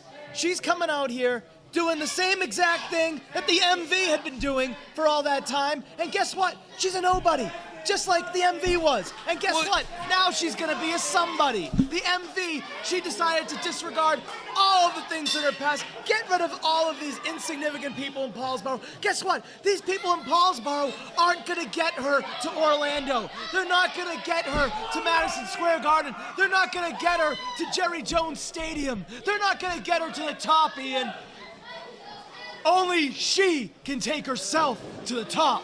Well, that remains to be seen. She was quite successful when she had the adulation of the fans. And now here, you know, she does seem a little bit more focused, but she's got her hands full with Britt Baker.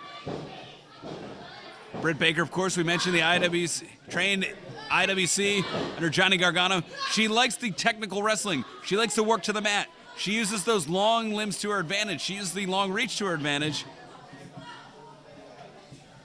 As you see the wrist lock now, roll through, breaks it with her feet. Oh, look at that. Beautiful drop toe hold into a front face lock for Britt Baker.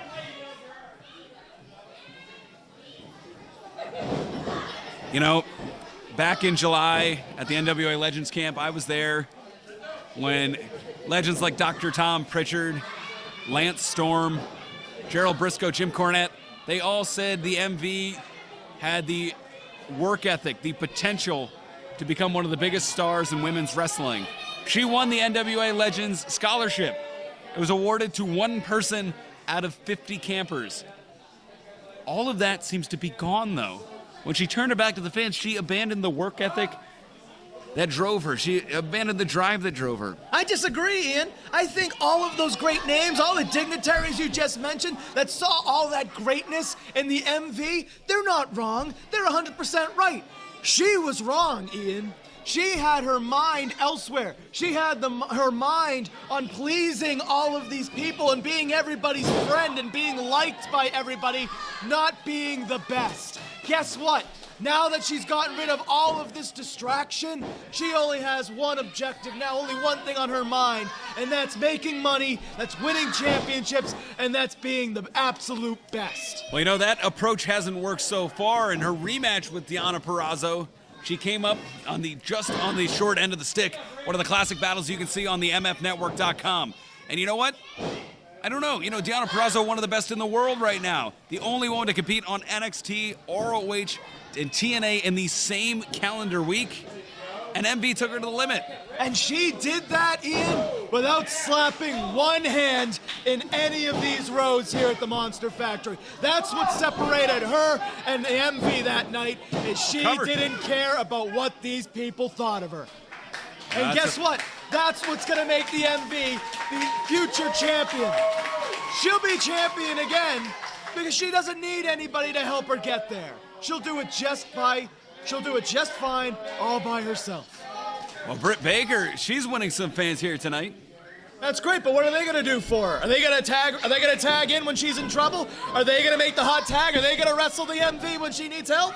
No, but I would argue that when you're down in the throes of the match and you need to dig down deep, and you know that you have the support of the capacity crowd here at the MF Arena, that can fuel the fire to push you through the finish line to take home a championship such as the MFPW Girls Championship. Yeah, I'm sure that Deonna Purrazzo has everybody here in Paulsboro on her mind as she's getting ready to wrestle in front of thousands of people in Dallas.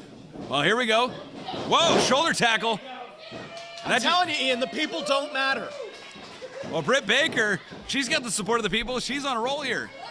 Oh, go through. Whoa, just shoves MV to the mat.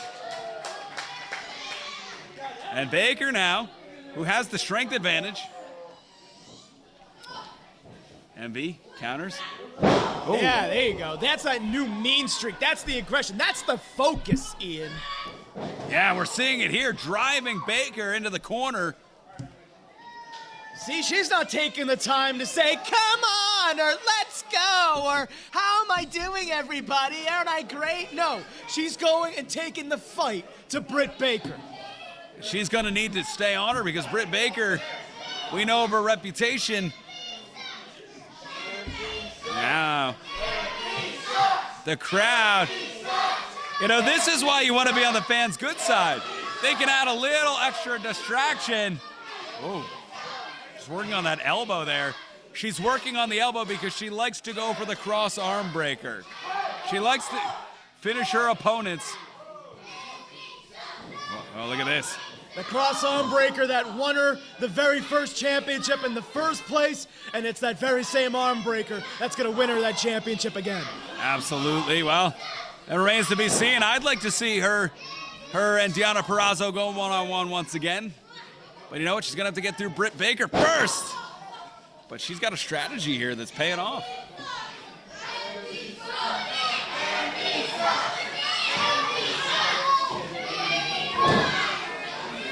Oh. As long as the MV remains focused, as long as the MV continues to stick to the strategy, she'll have this match wrapped up no problem. But again, Ian, I can't take this away from her.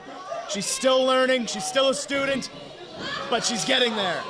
And she already learned the biggest lesson that she needed to learn is she needed to keep focused and she needed to do it on her own. Oh, look at this. Oh, going into the cross arm breaker right here, maybe? No. Britt Baker needs to lock those hands so the arm won't go straight. Britt Baker needs to use those long limbs now to maybe tie herself up in the ropes, break the hold. Now, some strategy here from Baker. Uh-oh. She's got it wrenched in just out of our vantage point here.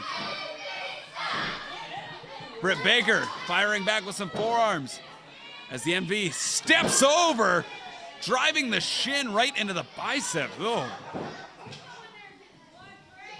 Again, beautiful move. Cover, 1, 2. She's got to continue. She's got to follow up. She's got to put her foot on the gas here, Ian. Yeah, man, she's got Baker reeling right now. That left arm hanging on by a thread. And now Irish whip. And now snapmare takeover. I'm surprised that Irish whip even had any effect. Only because, whoa, this is a submission that we saw earlier. You know, MV and the Croatian sensation, Bokera, using very similar game plans against talented opponents. Well, two very smart minds think alike, Ian. And you want to know something, going back to my point earlier, you know, you talk about the greatest women's wrestlers of all time, and you talk about the greatest woman to ever compete in a ring, the fabulous Moolah. She won the women's championship on her own, and guess what, Ian? She held the championship for over 30 years on her own. She didn't need anybody's help to be the best ever. That's a little disputed cover. I know many people who would dispute that and dispute the antics of the fabulous Moolah. Cover 1. And guess what? If the fabulous Moolah was here today and she was on that very panel of which you referenced earlier, she would be in unanimous agreement as to the fact that Miranda Vanette is the future of women's wrestling. Absolutely. Front face lock, but Britt Baker drops to one knee, blocking the suplex. Again, to one knee, dropping that center of gravity. Now roll it. It's that cradle 1, 2. Oh, but if you notice, she couldn't use that left arm. She might have had her if she had any juice in that left arm, Caleb. Absolutely not. Miranda Vanette knows what she's doing in there. She knows her game plan. She knows her finish. She's very loyal to her finish, that cross arm breaker. And she knows what she has to do to get there. She knows that she has to do a little surgery. She knows that she has to do some work under the hood. And that's exactly what she's doing. Man, I wonder if that shoulder's dislocated or maybe the elbow. That arm is just hanging by a thread. Now reverse. I don't know where she found the wherewithal to get out of that. Whoa! Dumps her to the outside. Use the momentum maybe of the legs to power her out of there. I just think that was a desperate move by Britt Baker to pull the ropes. Send the former champion forward. That's all right. Fighting champ that she is, right back up to her feet. Baker trying to get some blood flowing back through, some circulation in that arm. Oh, misses the clothesline. Connects. Big boot. Britt Baker now cover. 1, 2. Whoa. Kicking out with authority. Yeah. The MV.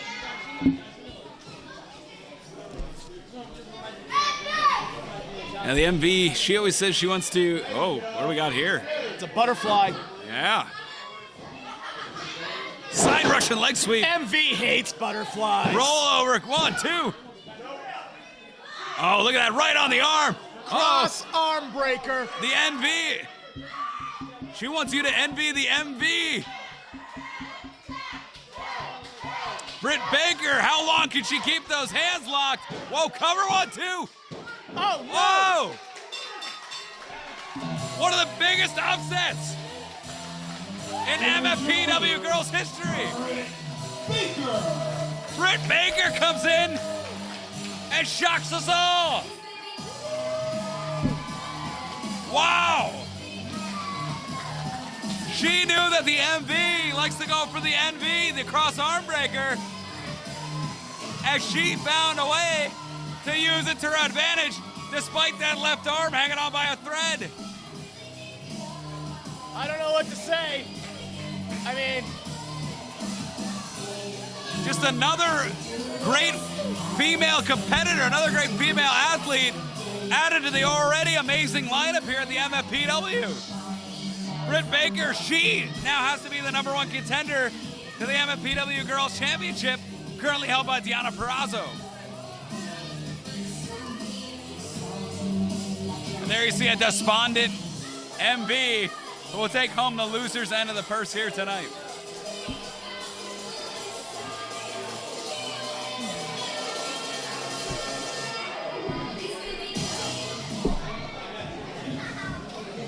Ladies and gentlemen, the MFPW returns to Paulsboro, New Jersey, April 16th, as does the MFPW Heavyweight Champion, the Monster Abyss. Get your tickets now at eventbrite.com.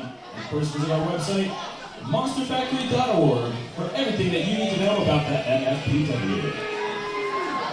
Ladies and gentlemen, it's cut final time. Who's ready? calm down, will you?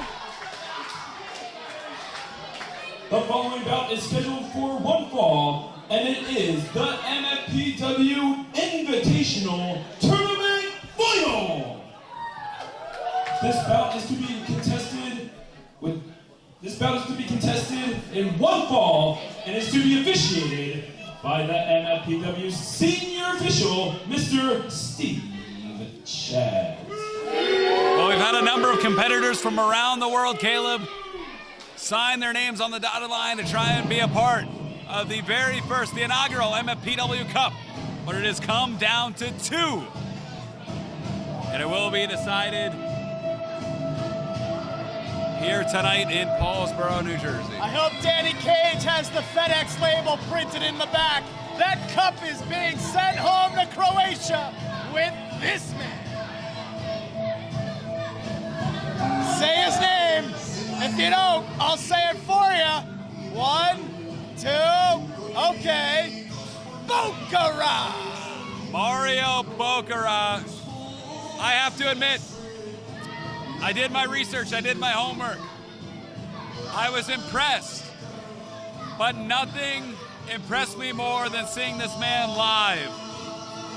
He's won 2 huge matches He defeated the returning benchmark Bill Daly. Easy. And he defeated Nick Westgate. So easy.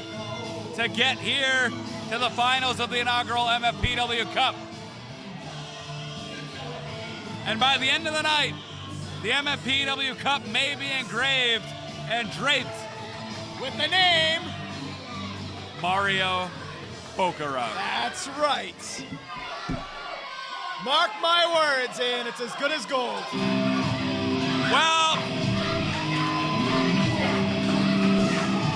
he has one competitor standing between he and the MFPW Cup.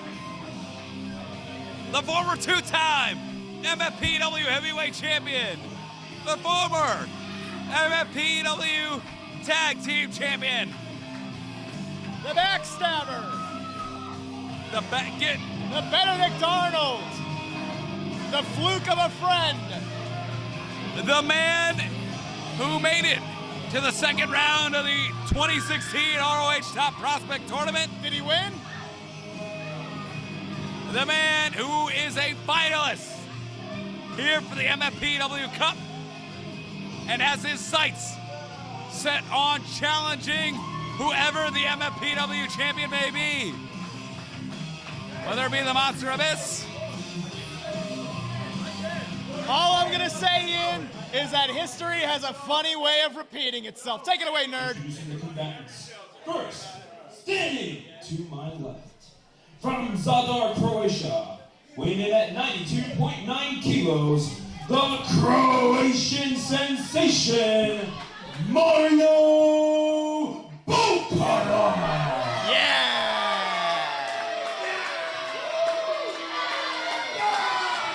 What an impressive debut here at the MFPW from Mario Boccara. And his opponent, standing to my right, accompanied to the ring by QT Marshall, and representing Real Life Heels, hailing from the Caribbean, weighing in at 247 pounds, Punisher Martinez! But that debut may come to a crash landing, Caleb, because the Punisher is next on the docket. The only crash landing that's gonna happen is the crash of Bocara's foot on Punisher's face. Wow. Oh, what's gonna happen? Ring that bell. Yeah, here it comes. Here it comes, Ian. Whoa. We know it's going to be interesting. The reach advantage definitely in the column for Punisher Martinez. Pretty close to a wash in the strength advantage. The speed advantage might be in the column of Boccara, but that too is close. The experience advantage definitely on the side of Punisher. The over 10-year veteran from right here at the MFPW. Look at that, the Archer pose. Having a little fun in there. Yeah, that's great. I'm glad he's having fun. But guess what? When Mario Boccara is throwing you around like a rag doll, it's not that much fun. Well, that's going to be interesting because both men's offenses rely and are predicated so much on power. And both men are so strong. Will one be able to land the other's signature? And an opportune time to take home the MFPW Cup. Of course, Luis Punisher Martinez, he uses the South of Heaven chokeslam, the Fist of Anarchy. Whoa. High angle takedown there. And Boccara, as we saw in the second round, so methodically, working on the arm. He likes the crow-out lock, but he's also a master of suplexes, as we saw in the first round against Benchmark. Lands everything from the German to the belly-to-belly, to the Northern Lights, to the Exploder. We'll be playing a game of Name That Suplex, I'm sure, at some point during this match. That could be the And case. if you've done your homework, I'll expect you to know exactly what's coming. Because I sure do, and I got the best seat in the house to see it.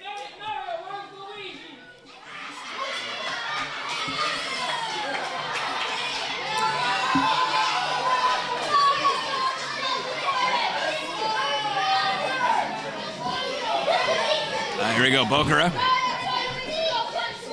So much at stake here. Collar and elbow tie-up for Punisher.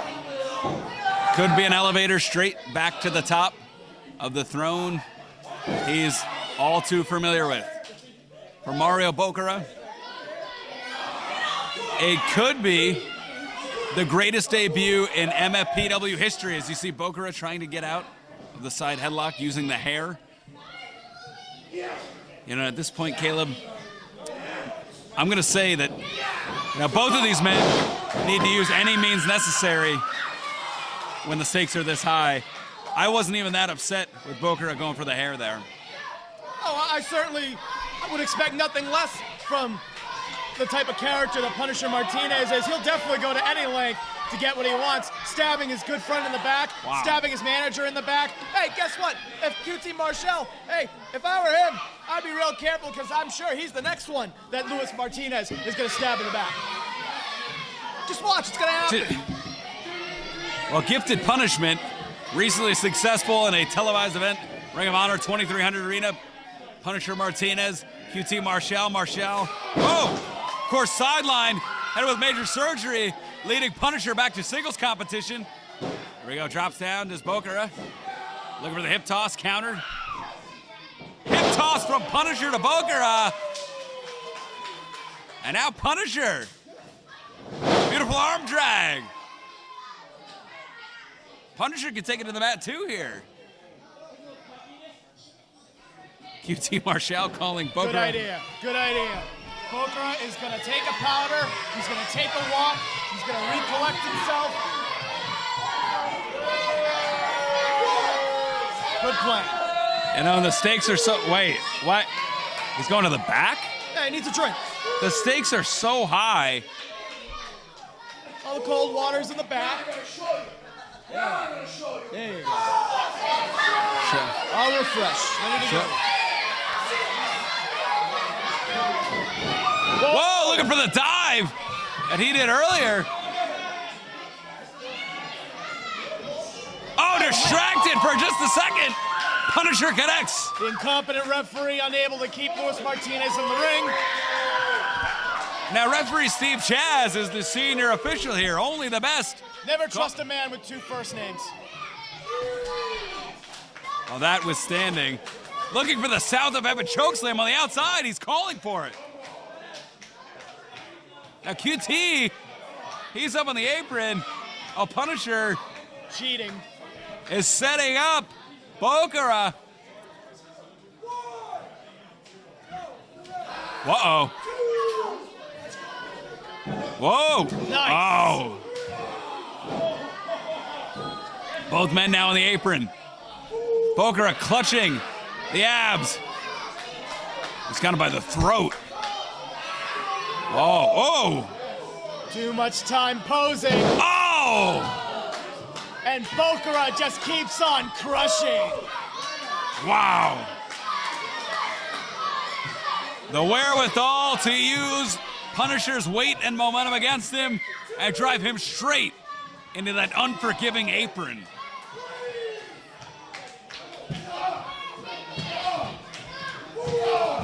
And now, to show you the kind of man that Bokara is, he doesn't need backup. He doesn't need QT Marshall to help him. He doesn't need anybody. He doesn't need the type of help that the Punisher needs in order to get himself to the finals. And that's what separates these two men, and that's what's going to make the difference at the end of the night when Bokara raises that cup high above the head of the Punisher. Yeah, he also doesn't need someone like your best friend, Rico De La Vega. You know, look at this. Well, it's going to become quite evident that he will need Rico De La Vega once Bokara picks up the victory. Oh, look at this, just driving, wrenching the elbow. It's that arm, that hand that Martinez will eventually need to beg and plead Rico De La Vega to come back to him. He's not going to have it once Bokara is done yanking it out of its socket. Give me a break. Hammerlock here. Oh. He's going to take that arm right out of its socket and beat him over the head with it. Sound strategy here from Bokara. You know, I wonder. Bokara, you know, definitely a wild card heading into the MFPW Cup. certainly a wild card to Punisher Martinez. What kind of advantage does that give someone like Bokara, who has all of Punisher Martinez's matches available on the MFNetwork.com, who can scout, guys like Punisher, like Nick Westgate, like Benchmark, and come in kind of a relative unknown and leave with the MFPW Cup. It's 2 count. Ooh. There is no more dangerous weapon out there than the unknown, Ian. And that's what's so great. Mario Bokara comes in here, a relative unknown to anybody here in this tin can here in Paulsboro. But guess what? There's a whole world out there, and Mario Bokara is dominating it. He certainly is, taking it to Punisher Martinez, who is now trying to get back to his feet, clutching that arm. Whoa, he's driving those forearms. Punisher right-handed.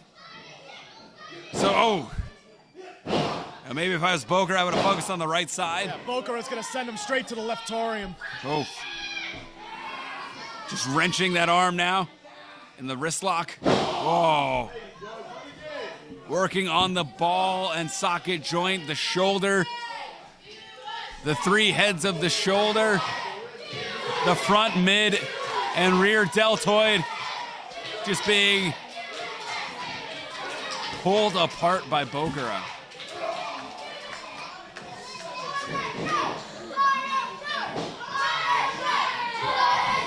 Oh, look at that.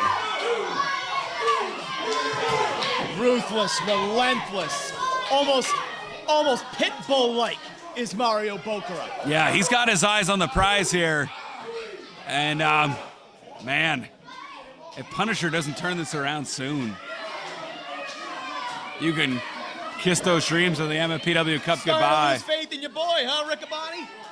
I've never seen anybody wear down Punisher this quickly. Not too soon to join the team, Ian. Team Bokara. Oh, yeah, Team Bokara. You were Team Westgate. You were Team Falaba. Never had a jersey, Ian. And now that we're in the finals, now that this impressive competitor's in control, you suddenly, coincidentally. I know a champ when I see one, Ian, and that's the man right before you. Oh, that's the man in control. What happened to Mikey Webb? What happened to Miranda Vanette? Yeah, you could pick champions, all right. And now Bokara. The only thing that matters, Ian, is I'm picking the winner, and the winner is right there on the middle rope. Sure looks like it's second rope on the inside. Getting distracted a bit by the crowd here. Oh!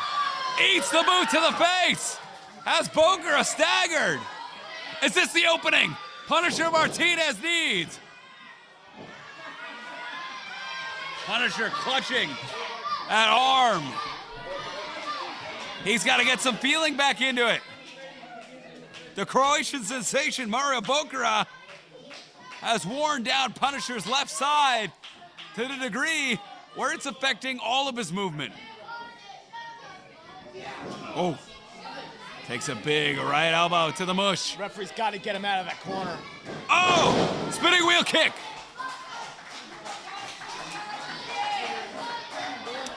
And now this is the point of the match where everything resets. I gotta tell you, it's been quite a tournament. It's been quite a finals. I honestly, at the end of this match, the winner, it's all coming down to who's tougher. And I have a feeling it's the man in the white and red. The white, red, and black maybe as Punisher Martinez gets to his feet first. What does Punisher have left? What could he possibly have left? Whoa. Drives that forearm, that elbow into the jaw. Whoa. He's got him rocking. The equilibrium off balance. Connects with a thrusting uppercut. Now into the corner. Connects. Punisher running on fumes. Running on adrenaline. Clothesline. Oh! Close fist. That was a forearm. That was a close fist, Ian. Wheelbarrow. We all know he's a cheater. Oh, beautiful backbreaker. Cover one, hooks the leg two. Go! So close. So manly, so powerful. Mario Bokura refuses to die. Oh, but he might not have a choice. Punisher Martinez stalking Bokura, looking for the South of Heaven's chokeslam.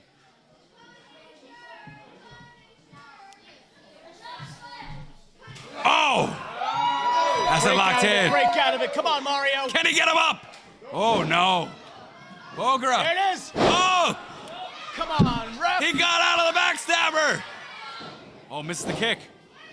Yeah. Connects with a backstabber. This could be it. There it is. Can he cover Punisher? Shine that cup up, baby. Can he? Going home. One, two, new MFPW.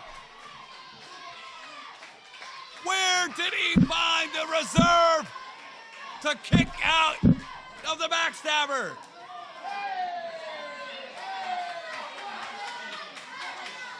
Stay on him, Mario. The Monster Factory Pro Wrestling MFPW Cup hangs in the balance. Yeah. Oh, looking for the Croat lock. It's gonna make him tap. This one's for Rico. Sends him into the corner. Punisher staggering himself. Oh, barely gets the elbow in the corner. So now, Fist of Anarchy! Close fist, ref. Come Cover! on. Two! Come on. Oh! Yes, yes, yes. Bokura finding a way to kick out. Bokura. What a man. What a competitor. What a super athlete. Whoever will walk out with the MFPW Cup will have defeated 3 MFPW stars here tonight. They will have earned it in the biggest tournament in MFPW history. Punisher, oh, looking for the heel life stomp. Too slow. Whoa! Here it comes. One arm DDT, rolls into the Croat lock. This is it. That's it's it. over. It is over. I'm It's glad a- you finally admitted it. Only a matter of time. Get ready to stand up, run to that ring, and shake that man's hand and cower in fear. The fear I have is the MFPW Cup heading back to Croatia. He just tapped. I saw him. I saw him tap. He's making his way using his last inch of strength to get to the ropes. Oh, come on, ref. He's cheating. QT Marshall putting the rope in for his partner. Come on. Oh, brings it back to the center of the ring. It's all over, Ian. The Croat lock. This has got to be it. This has to be it. Whoa, Punisher Martinez rolled. Oh my God. No. South American choke slam. Can he cover him? 1, 2, 3. Yeah, great. Here is your winner, and the MFPW Invitational Tournament Champion, Punisher Martinez. 3 of the biggest stars in the MFPW. An amazing debut from a Croatian superstar, but it wasn't enough. Punisher Martinez proves tonight that he is at the top of the heap here in the MFPW. As QT Marshall having a little fun, he raises the trophy first. An amazing victory. Just goes to show you, Ian, when you got the influence and you got the promoter in the back pocket, when you're boys with everybody of influence in the back, you get what you want. You can stab your friends in the back, you can stab your managers in the back. There's no loyalty when it comes to that man right there. That's an incredibly untrue and unfounded statement. Punisher Martinez defeated 3 monsters here tonight at the MF Arena. He defeated Falaba. He defeated the Freak Beast, Nick Camarado, former MFPW champion. And in the final, defeated the Croatian sensation. And he's leaving Paulsboro. He's leaving the MF Arena with something new for his mantle, the MFPW Cup. He can put it next to that 3rd place trophy for Ring of Honor, too. Oh, give me a break. And there you see QT Marshall with an adult beverage, pouring it into the cup. So disgusting. Punisher struggling to hold it up with the left arm, still writhing in pain. As far as I'm concerned, he's drinking out of stolen property. And there's your MFPW Cup winner, Punisher Martinez of the Real Life Heels. And you gotta think, when the MFPW returns to the MF Arena on April 16th, he may have some words with the current MFPW champion, the Monster Abyss. You gotta think, he's gotta shoot straight to the top of the line.